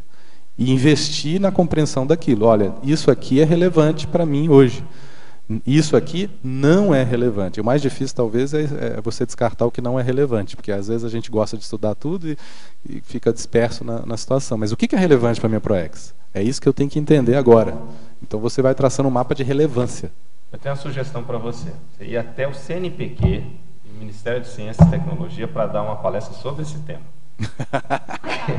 Porque o que tem de pesquisa que é financiada sem relevância nenhuma, principalmente no Brasil, é uma pena. Então, eu acho que você devia estar falando isso lá, não é aqui não, é lá. O grande problema é que a relevância, ela depende da pessoa, né? Então o que é relevante para um não é para outro. Por isso que eu estou falando. Vamos tornar o autor da pesquisa é relevante. Parece um pleonasmo, mas vamos tornar relevante o que é relevante. Mas aí você tocou num assunto importante, porque é a relevância social da compreensão de determinados temas, né? Porque aí não é só a compreensão que é relevante para mim, pessoa individual, mas é o que é relevante socialmente. E aí você entra numa discussão mais complexa, porque você tem que envolver uma diversidade, uma pluralidade de visões diferentes do que é relevância social. Para alguns vai ser coisas às vezes até antagônicas a que outros pensam. Mas eu digo isso até ter contato com muita gente, né, da área acadêmica, e você vê realmente é muito dinheiro público que é utilizado às vezes para pesquisas que são no grau de relevância muito baixo do ponto de vista, vamos dizer, de necessidades sociais. Então eu não estou entrando aqui, obviamente, naquela discussão de ciência pura, ciência aplicada, não é isso. É relevância. Existe a ciência pura extremamente relevante. Estou falando realmente de desperdício de recursos, não só de tempo, mas de recursos financeiros, do ponto de vista social. Então, aí a gente começa a aumentar a escala, né? Como isso com essa brincadeira, eu só estou querendo ressaltar a importância disso, não só individualmente, mas socialmente também, enquanto organização, né? Então, isso é um ponto. Porque isso induz a gente até a compreender a relevância, porque às vezes você está num holopensene acadêmico onde se estuda só determinados temas, e aquele holopensene te induz a pensar que aquilo é relevante. Você não tem uma consciência crítica de que pode ter outras coisas mais relevantes que aquilo. Então a influência do holopensene também é complicada. Eu acho que você tocou num ponto extremamente importante. Se a gente for pegar planeta Terra, né, dimensão física, nem saindo do planeta Terra, nos mantendo ainda aqui, e formos fracionar os grupos sociais, você vai ver que determinados grupos sociais, eles necessitam emergencialmente de compreensões, às vezes, extremamente básicas. A redução de conflito mínimo naquele grupo é extremamente relevante. Depois que aquilo for resolvido, passa-se para outras camadas de conhecimento, né? E, ao contrário, grupos com um entendimento e harmonia maior, aí aumenta o nível de relevância do que é menos primário, instintual, vamos dizer assim. Tem coisas assim que são gritantes e parecem óbvias, mas são muito mais complexas, né? Se investe tantos trilhões em armamento e você pegar 1% daquilo, você acabaria, por exemplo, com a fome no mundo inteiro. Onde é que está o mapa de relevância aí? Né? Então, mas ao mesmo tempo que isso parece óbvio quando se fala, na hora que você vai ver toda a estrutura, as relações de poder, as intenções, a política econômica, aí o troço fica mais complicado. Então o gradiente de compreensão já não pode ser tão ingênuo também, né? Porque é muito jogo ali para poder entender e tentar atuar. E às vezes a gente até reclama, por que não? Mas a gente não faz um esforço para entender. Mas por que é assim, então? Na verdade, e o que eu posso fazer para ajudar? Quando você introduziu a questão de relevância, já se sai um pouco, não totalmente, mas já se sai um pouco só da compreensão e entra a questão de valores. E até as pessoas envolvidas, você citou a questão de armamento, mas que se investe muito mais no orçamento para tecnologia militar do que, por exemplo, para tecnologia alimentar, no sentido de levar o maior número de pessoas e acabar com a fome. Mas a gente não pode dizer que eles não compreendam. A questão é de valores, quer dizer, é mais importante para eles, e aí não é uma dificuldade de cognição, mas realmente de intenção. Mas aí, Loche, você falou da saúde, pegando algo que você mesmo trouxe. A saúde não sendo a ausência de doença, mas sendo um conceito. Para alguns, né, para determinados grupos de pessoas, a saúde é ter armamento até dizer chega. Porque realmente o mapa de relevância, ele tem a ver com escolha. Escolha tem a ver com valor. Não tem como você dissociar uma coisa da outra. Né? É uma questão de você só escolhe aquilo que é valor para você. Eu coloquei um item lá que é a descoberta da relevância, porque é quando você entende que você tem que valorizar outra coisa e não outra. Quando eu escolho entender um tema e não outro, aquilo está envolvido em valores. Então, quando eu coloquei lá no final lá as facetas, né, da compreensão de objetos, uma das facetas é a natureza intencionológica, ou seja, qual é a intenção daquele conhecimento, daquela compreensão. E às vezes a questão de intenção e valores, ela geralmente é subsumida nas discussões, ela some. Porque você se discute o problema técnico, mas não se discute o problema valorativo ali. É realmente uma coisa séria isso. Né? Bom, agora uma questão que vem de Minas, uma pessoa que você deve muito o seu nível de compreensão da realidade. Eu acho que você já sabe quem é. Né? Está numa fazenda em Minas. Usando o direito de aprendiz de não entender imediatamente, gostaria que explicasse os pontos abaixo. Pensenologia, página 27, terceira linha, de baixo para cima. O gradiente de compreensão coletivo constituindo a massa crítica indutora do holopensene favorável às neocompreensões evolutivas. Olha, eu acho que isso é uma coisa que a gente tenta fazer aqui mesmo na Conscienciologia. Você tenta compreender mais, no nosso caso dentro de um paradigma consciencial, só que você não faz isso sozinho. Você faz em grupo. E em grupo gera tensões, né? Tem todos os problemas de relação. E quando você faz isso, gradativamente, a compreensão do grupo vai se ampliando. Não é só uma compreensão individual, é uma compreensão de grupo. E quando um grupo vai aumentando a sua compreensão, mesmo que sejam compreensões diversificadas de cada um individualmente, mas no coletivo aquilo vai gerando uma massa crítica que conviver ali facilita compreender aquelas coisas. Então, a massa crítica é até uma coisa da física, né? Você ter uma massa crítica suficiente para gerar uma reação nuclear, né? Ou seja, sem aquela massa crítica não tem a reação. Então, você vai construindo essa massa crítica e ela deve ser coletiva, porque para você induzir um holopensene não adianta uma pessoa só, a não ser que seja uma pessoa com uma potência de pensenização importante, né? Um serenão, mas mesmo assim, dentro do nível de cosmoética, ele não vai impor a pensenidade dele para os outros. Então, é uma coisa que vai sendo construída. E aí, você convivendo naquele grupo, aquilo facilita, pelo próprio holopensene e as relações, a compreensão de certos temas que você não teria tanta facilidade de compreender estando em outros holopensenes.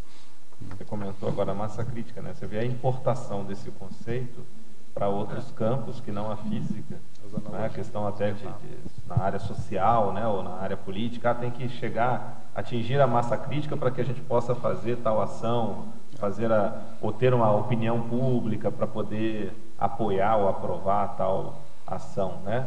Então, isso é interessante dentro daquilo que você estava falando mesmo das influências. Você vai fazendo as influências e também você pode fazer, aquilo vai se desvinculando do início e você pode até fazer até piada, né? Porque tem a massa acrítica também, né? Você constrói a massa acrítica. Porque aí você já vai... Você está brincando com a acepção, está brincando com a acepção do crítico. Numa outra acepção de crítico e aí daí o acrítico. E aí você vai fazendo outras associações que podem ser enriquecedoras também.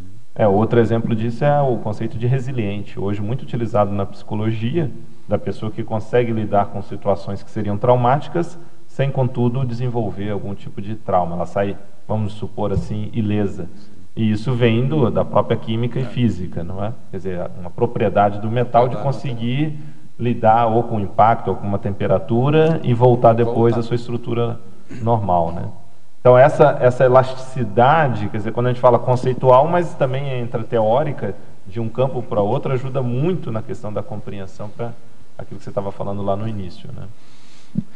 Outro aspecto na taxologia, página 31, item 3, formas, o domínio dos gêneros comunicativos.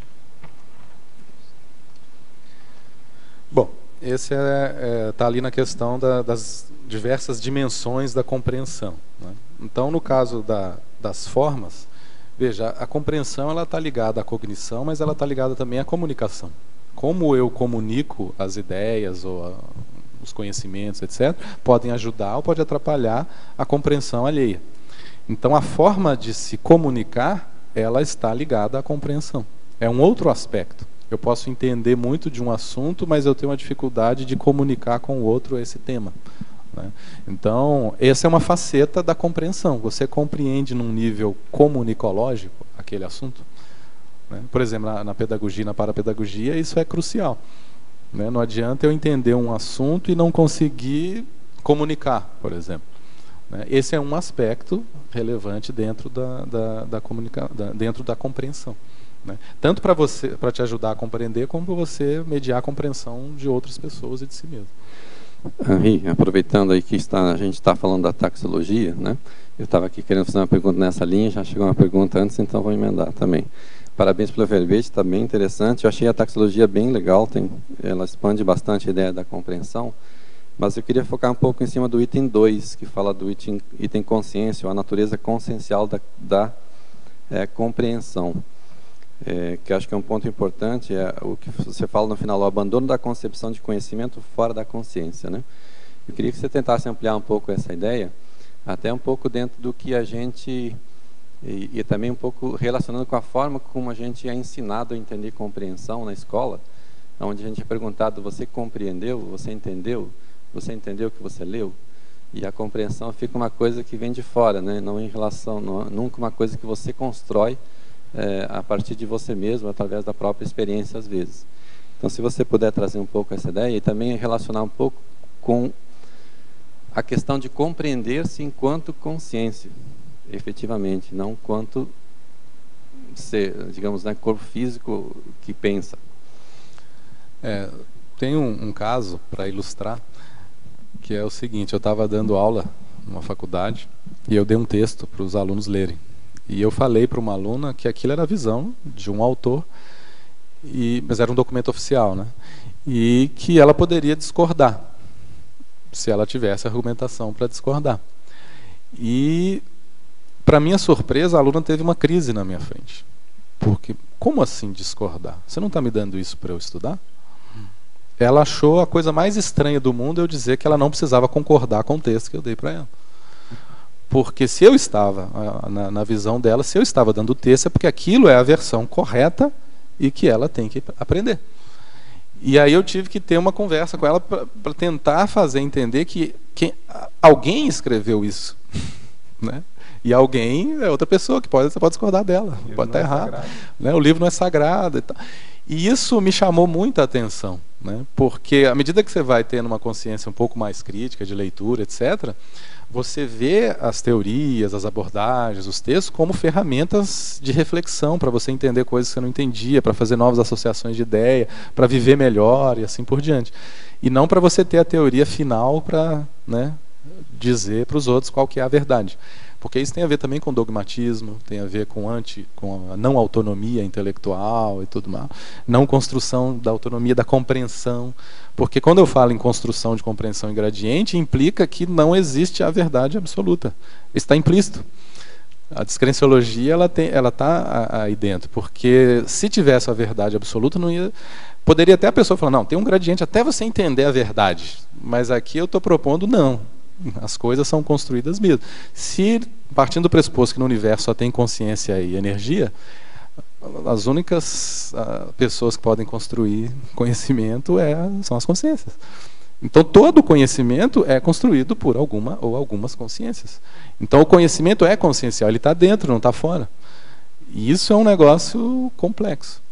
E aí, expandindo para essa outra questão que você levantou, né, da consciência, né, que a gente é, e aquilo que a gente consegue estar aqui, né, na intrafisicalidade, né, também é uma questão interessante, porque às vezes a gente entra num dogmatismo, a gente confunde o estar com o ser, né? Então eu estou aqui com esse nome, eu estou professor, eu estou hoje verbetógrafo, mas eu sou uma consciência que está se expressando de alguma maneira a partir desse corpo aqui com esse nome. Mas eu não sou o Henri, nem sou o verbetógrafo. Essa é uma compreensão que deixa a gente um pouco, às vezes, atordoado no início, mas que vale a pena enfrentar. Porque a gente vai, usando uma linguagem aí do Assagioli, né, vai fazendo um processo de desidentificação, né? Você se identifica com essa coisa aqui, com esse corpo, com esse nome, mas ao mesmo tempo você tem que se desidentificar com ele para entender quem você é. E aqui na Conscienciologia a gente tem que fazer esse exercício, né? Porque eu sou Henri, mas antes eu era fulano, e agora eu sou ciclano, e eu tinha relação com outro, e eu tinha outra profissão. Como é que eu lido com essas identificações e desidentificações daquilo que a gente está para aquilo que a gente é de verdade? Né? Essa é uma busca, eu acho que infinita, né? Não sei. Agora, essa menção que você fez, né, da aluna que achou estranho, né? Estranhou essa condição de como questionar ou criticar ou discordar do que está no livro, é reflexo muito também da educação que a gente tem estruturada de maneira generalizada, porque os alunos, de uma forma geral, não são levados a duvidar, a criticar. Então, tem até uma professora lá de Caxias do Sul que ela fez um estudo sobre os livros didáticos. E ela chegou à conclusão, e ela mostra isso, tem até livro publicado, que os livros didáticos eles não argumentam, eles põem informação. Foi assim, foi assado, é assim, assado, e não dá fundamentação ou justificativa. Então ela conclui que uma boa parte dos livros didáticos eles carecem de argumentos. É simplesmente a informação final para o aluno. E aí o aluno vai se acostumando também, a gente vê uma outra faceta, uma outra manifestação disso que você trouxe, do aluno que fala assim, mas professor, está no livro. Como se o livro, uma vez que estivesse ali, aquilo realmente seria sinônimo de verdade, ou seja, seria o único critério, ou já seria um critério suficiente para ser admitido como verdade, o simples fato de estar num livro, seja ele qual for. Não é? E não estamos falando de livro religioso, uma pessoa que está discutindo uma questão religiosa da qual ela tem a fé, mas dentro de livro, dentro da faculdade ou da escola. Na área que eu atuo, que é a área de ensino de ciências, essa é uma crítica bastante comum, porque você está ali tentando ajudar as pessoas a compreender o pensamento científico, que, em tese, ele é aberto, ele está sempre se renovando, ele está sempre mudando. Só que a forma como a própria ciência é apresentada nos livros e a forma como é ensinada é dogmática. Então, veja, é aquela questão das facetas do conhecimento. Você entende um conceito lá científico, mas não entende a construção dele, nem que ele é mutável. Então você entendeu uma faceta, mas não entendeu outra, né? E essa é uma crise séria no ensino de ciência, porque você ensina ciência como se fosse dogma, porque você dá pronto, é assim, não tem a investigação. Então é até um paradoxo, você aprende ciência de uma maneira não científica, vamos dizer assim, é um erro epistemológico.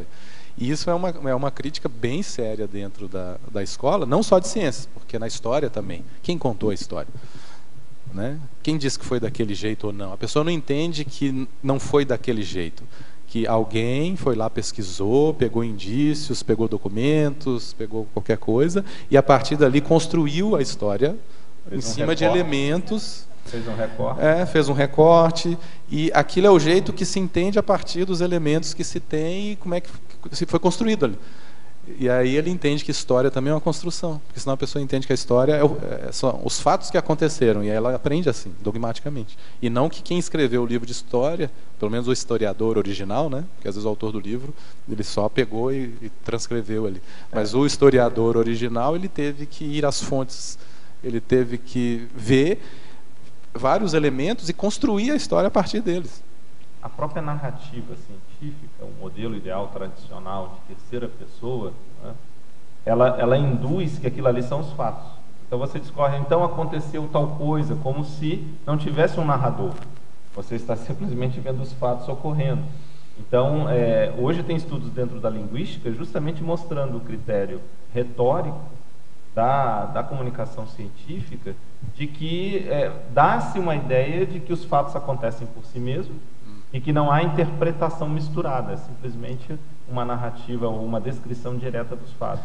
E tem isso algumas falando áreas... só do número da pessoa que você utiliza, né, para fazer, descrever. E essa tensão ela existe, tem algumas áreas que já pescam essa tensão. Por exemplo, quando eu fui defender meu mestrado, como é na área de ensino, em geral, eles querem saber por que eu escolhi aquele tema, né? Que é uma pergunta que às vezes não se faz numa área de exatas, por exemplo. E aí eu descrevi e eu falei assim, então, foi por causa disso, minha experiência foi assim. Agora, saindo da primeira pessoa e indo para a pesquisa, e foi engraçado porque uma das professoras da banca falou assim, mas por que você saiu da primeira pessoa e não continuou com ela? E aí ela me cutucou nesse sentido, né? Então, assim, já há mais na área de humanas, né? Já puxa para esse lado da... Já pega esse lado aí. E aí, posso colocar? Só ela está ali na frente, eu te passo, tá? Só para a gente seguir a ordem aí, eu já te passo. Página 29, no final, polinomiologia. Daria para expandir os polinômios?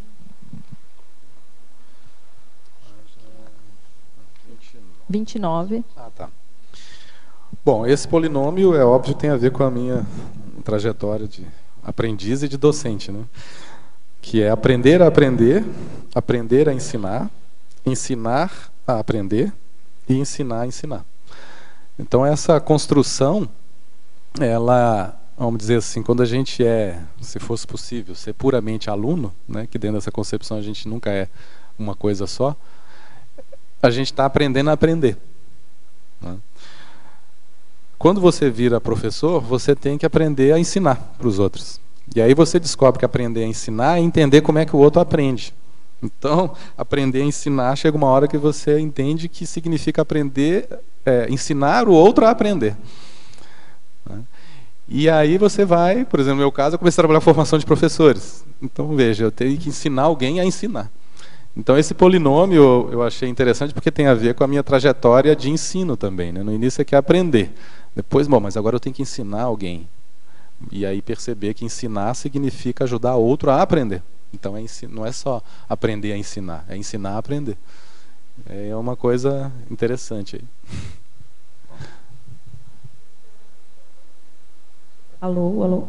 parabéns, então, né? O verbete ficou muito profundo, ficou bem feito, assim, a gente vê que você se debruçou sobre ele, né? E tem teática. E aí ontem a gente até chegou a conversar sobre a especialidade, né? Autocogniciologia, que tem uma lógica, né? E daí queria dar o parabéns aí para você por ter bancado colocar autocogniciologia, que pelas tuas falas aqui tem uma lógica de ser autocogniciologia e não outra coisa, né? É porque eu construí o verbete inteiro pensando na autocognição, né? Como é que a gente entende? Como é que as pessoas entendem? E isso por isso que no início eu não sabia bem que era isso, mas à medida que eu fui construindo, aquilo foi ficando mais evidente, né? Que era a autocognição, a autocogniciologia e não outras coisas, né? Fui compreendendo. Fui compreendendo à medida, é aquela coisa da escrita organizar o pensamento, né? E inclusive outras expressões que eu até usei, eu coloquei cognição, paracognição das consciências e coisas do tipo, mas eu cheguei à minha conclusão dentro do nível de compreensão hoje que essas outras coisas estão dentro da autocognição. A paracognição, está tudo dentro da autocognição, indo nessa ideia de que o conhecimento está sempre na consciência. Então é sempre autocognição que você compartilha e outra pessoa, ao tentar entender, constrói a sua autocognição. E esse compartilhamento pode ser parapsíquico ou não, mas é sempre, no final das contas, dentro do que eu consigo entender hoje, autocognição. Posso ir? É sobre esse compartilhamento parapsíquico. Fiquei aqui analisando que, quem sabe, a gente vai conseguir chegar no momento, Henri, onde o conhecimento já vai ser passado com essa lógica multidimensional. Fiquei analisando aqui, acrescentando mais a decodificação dessas senhas multidimensionais. Se você acrescenta a pangrafia, acrescenta o PSN e acrescenta as relações passadas, só aí, né, quanto já amplia a compreensão. Eu acho que já até é assim, a gente aqui é bobão e não entende. Porque tá aí os pensamentos. Tá aí, né?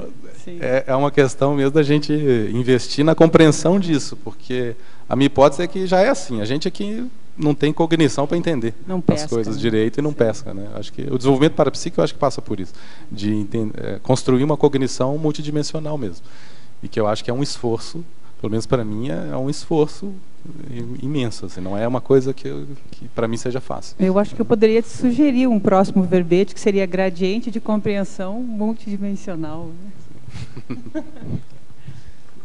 Só tá na frente. Aqui, eu queria saber se teria como, de alguma maneira, a compreensão de como entender como as pessoas compreendem as coisas, se isso também poderia contribuir para entender como se estabelecem as crenças. Sim, acho que ela está bem relacionada com o tema, sim. Porque a crença é um tipo de conhecimento, né? Então você compreende de uma determinada maneira. Por exemplo, de maneira que você não abre mão dela, de uma maneira que você se agarra a uma ideia.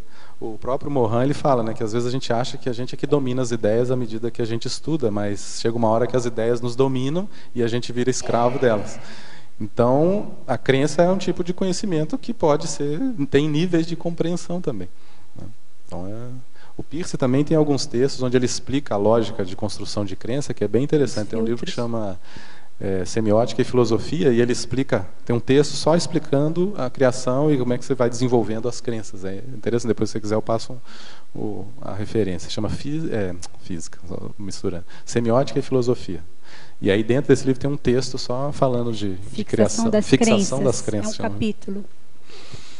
Só para complementar a fala aqui da Fabiana, eu acho que não precisa outro verbete. Acho que esse gradiente de compreensão que o Henri escreveu já é multidimensional, né?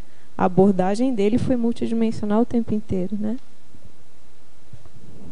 Porém, se a gente fosse fazer o que vocês sugeriram, o escriba, por exemplo, o escriba tem o foco na multidimensionalidade, segundo a repreendência.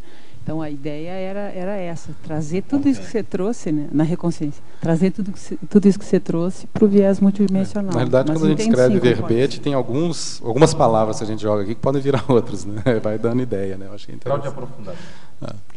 Henri, acho bem interessante esse movimento, porque acho que é uma questão de autoconsciência. da gente perceber que é uma autocognição mesmo quando a gente olha o outro, porque somos nós no processo com o outro, fazendo um exercício autocognitivo de uma flexibilidade na compreensão do outro. E por isso que precisa esse movimento de flexibilidade, de autoaceitação, heteroaceitação, porque se você não está com esse abertismo, você não se permite ver o funcionamento do outro. Né? Então, quando a gente amplia, que é uma autocognição, que a gente volta para a gente, é uma chance também da gente se olhar e mudar e trabalhar esse abertismo com o outro. Né? E aí, e nessa ideia, aqui na página 29, na crescendologia, eu queria que você expandisse na segunda linha, de baixo para cima, crescendologia. O crescendo dinâmico, autocognição, autopancognição. Bom, esse crescendo, qual que era a diferença do pancognição e da cognição, né, da autocognição? É porque às vezes a gente tem um desenvolvimento autocognitivo, mas ele ainda está, vamos dizer assim, restrito a esta vida intrafísica. E a autopancognição seria você ter uma cognição mais seriexológica, de outras vidas, de outras experiências maiores. Então, esse crescendo é você buscar uma autocognição que seja também autopancognição, que envolva as outras vidas, a sua aula-memória e esse tipo de coisa. Então, é nessa linha que eu pensei esse crescendo. Então, no final das contas, a gente pode dizer que nós somos autopancognições, que em síntese a gente está aqui meio que fazendo aquilo que a gente dá conta a partir do que a gente entende, né, de toda a nossa história e holobiografia. É nesse sentido que eu coloquei esse crescendo. Né?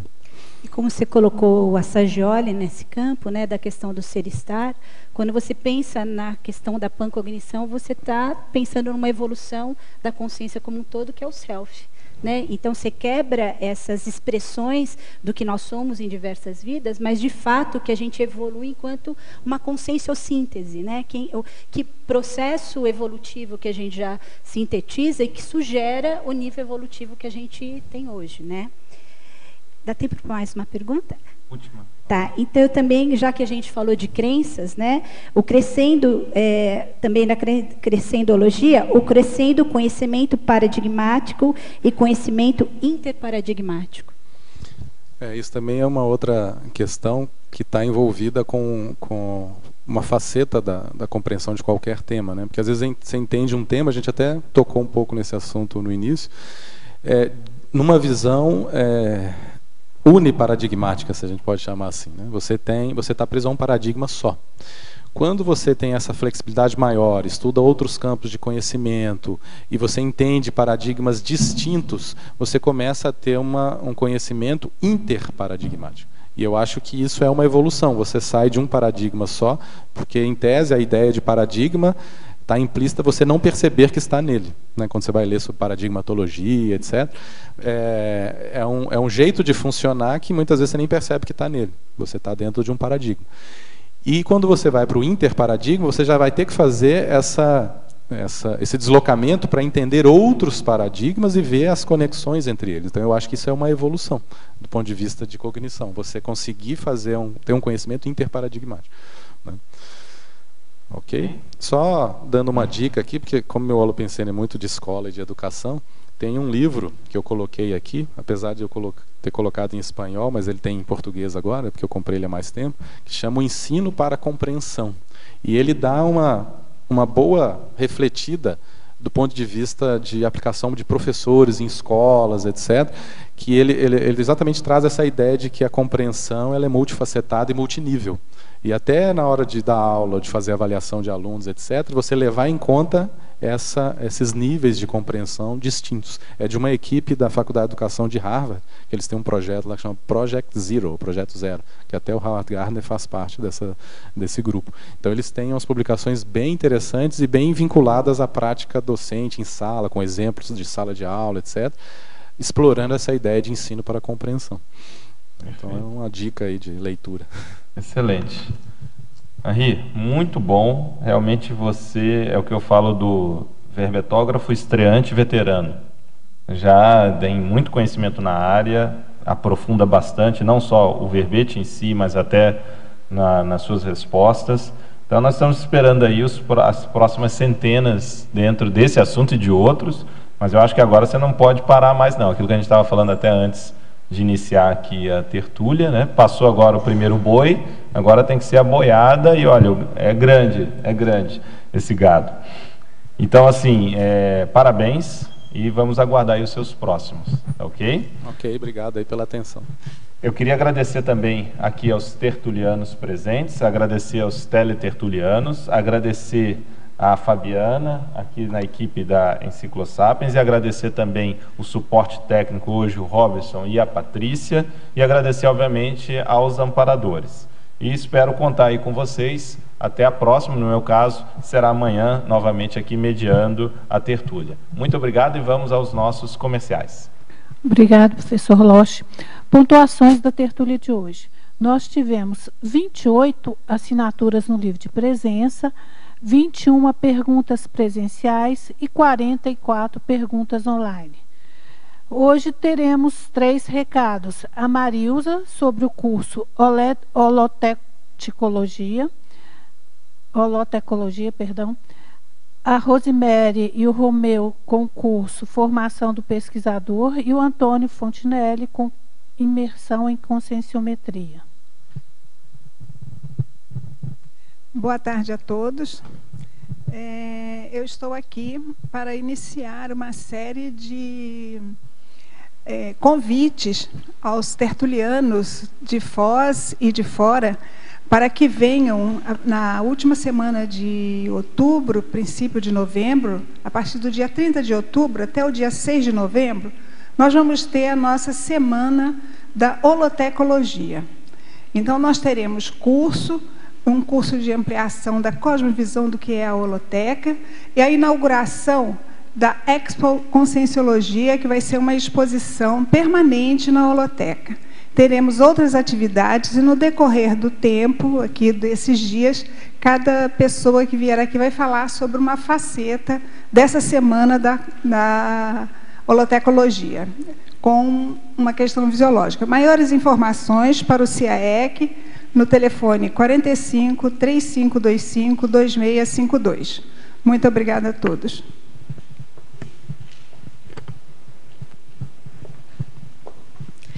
Boa tarde. Se você tem interesse em aumentar o gradiente de compreensão sobre o seu tema de pesquisa, então estamos convidando você a fazer o curso Formação do Conscienciólogo Pesquisador, que se inicia no dia 3 de outubro desse ano. Será composto de 6 módulos. Teremos encontros de finais de semana a cada 2 meses. E, ao final de um ano, a proposta é que você conclua o curso com um aprofundamento do seu tema de pesquisa e, quem sabe, com a escrita de um artigo. Isso, nesse curso, gente, nós trazemos aí os resultados, né, que a gente conhece hoje de verdades relativas de ponta, da Conscienciologia, de 14 anos de pesquisas também de trabalho da Reconsciência, em termos de parametodologias associadas à autopesquisa e à pesquisa multidimensional, além de resultados também de pesquisadores, que inclusive alguns nomes foram citados aqui na apresentação desse verbete de hoje, justamente com a ideia da gente usar tudo isso para trabalhar nossa cientificidade e autocientificidade multidimensional. E dentro de um viés, né, com o objetivo de trabalhar especialmente dentro do binômio da pesquisa multidimensional e da cognição multidimensional, ou seja, a gente trabalhar com o nosso desenvolvimento enquanto consciências, visando essa cognição multidimensional, nossa capacidade de usar a autopesquisa e a pesquisa no cotidiano como estratégia de evolução. Então, o convite fica aí para todos, são 6 módulos, né, como a professora Rosemary falou, de temas com bastante profundidade para a gente desenvolver justamente esse aspecto. Qualquer informação adicional, a gente está à disposição no telefone 9993-2000 e também pelo e-mail reconsciência@gmail.com e também pelo Facebook Reconsciência. Complementando que neste curso, dentre as técnicas que serão ensinadas, nós teremos a do escriba interdimensional e também da revisão gráfica parapsíquica, que foram mencionadas na tertúlia de hoje.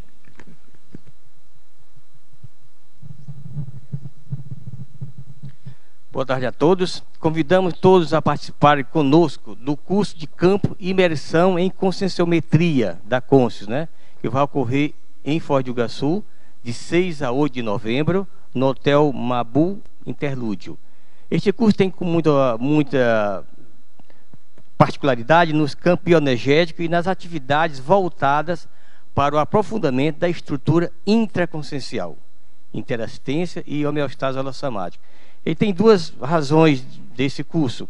Uma seria proporcionar ambiência próxima ao curso intermissivo, e a outra seria favorecer a compreensão das prioridades evolutivas. O contato é conscius@conscius.org.br ou ligar para o telefone 45 Foz do Iguaçu, né? 2102 1460. Obrigado. Para amanhã teremos o verbete Consim Corajosa, especialidade holomaturologia, verbetógrafa, professora Andresa Munaretti. Agradecemos a presença de todos e tenham um bom feriado.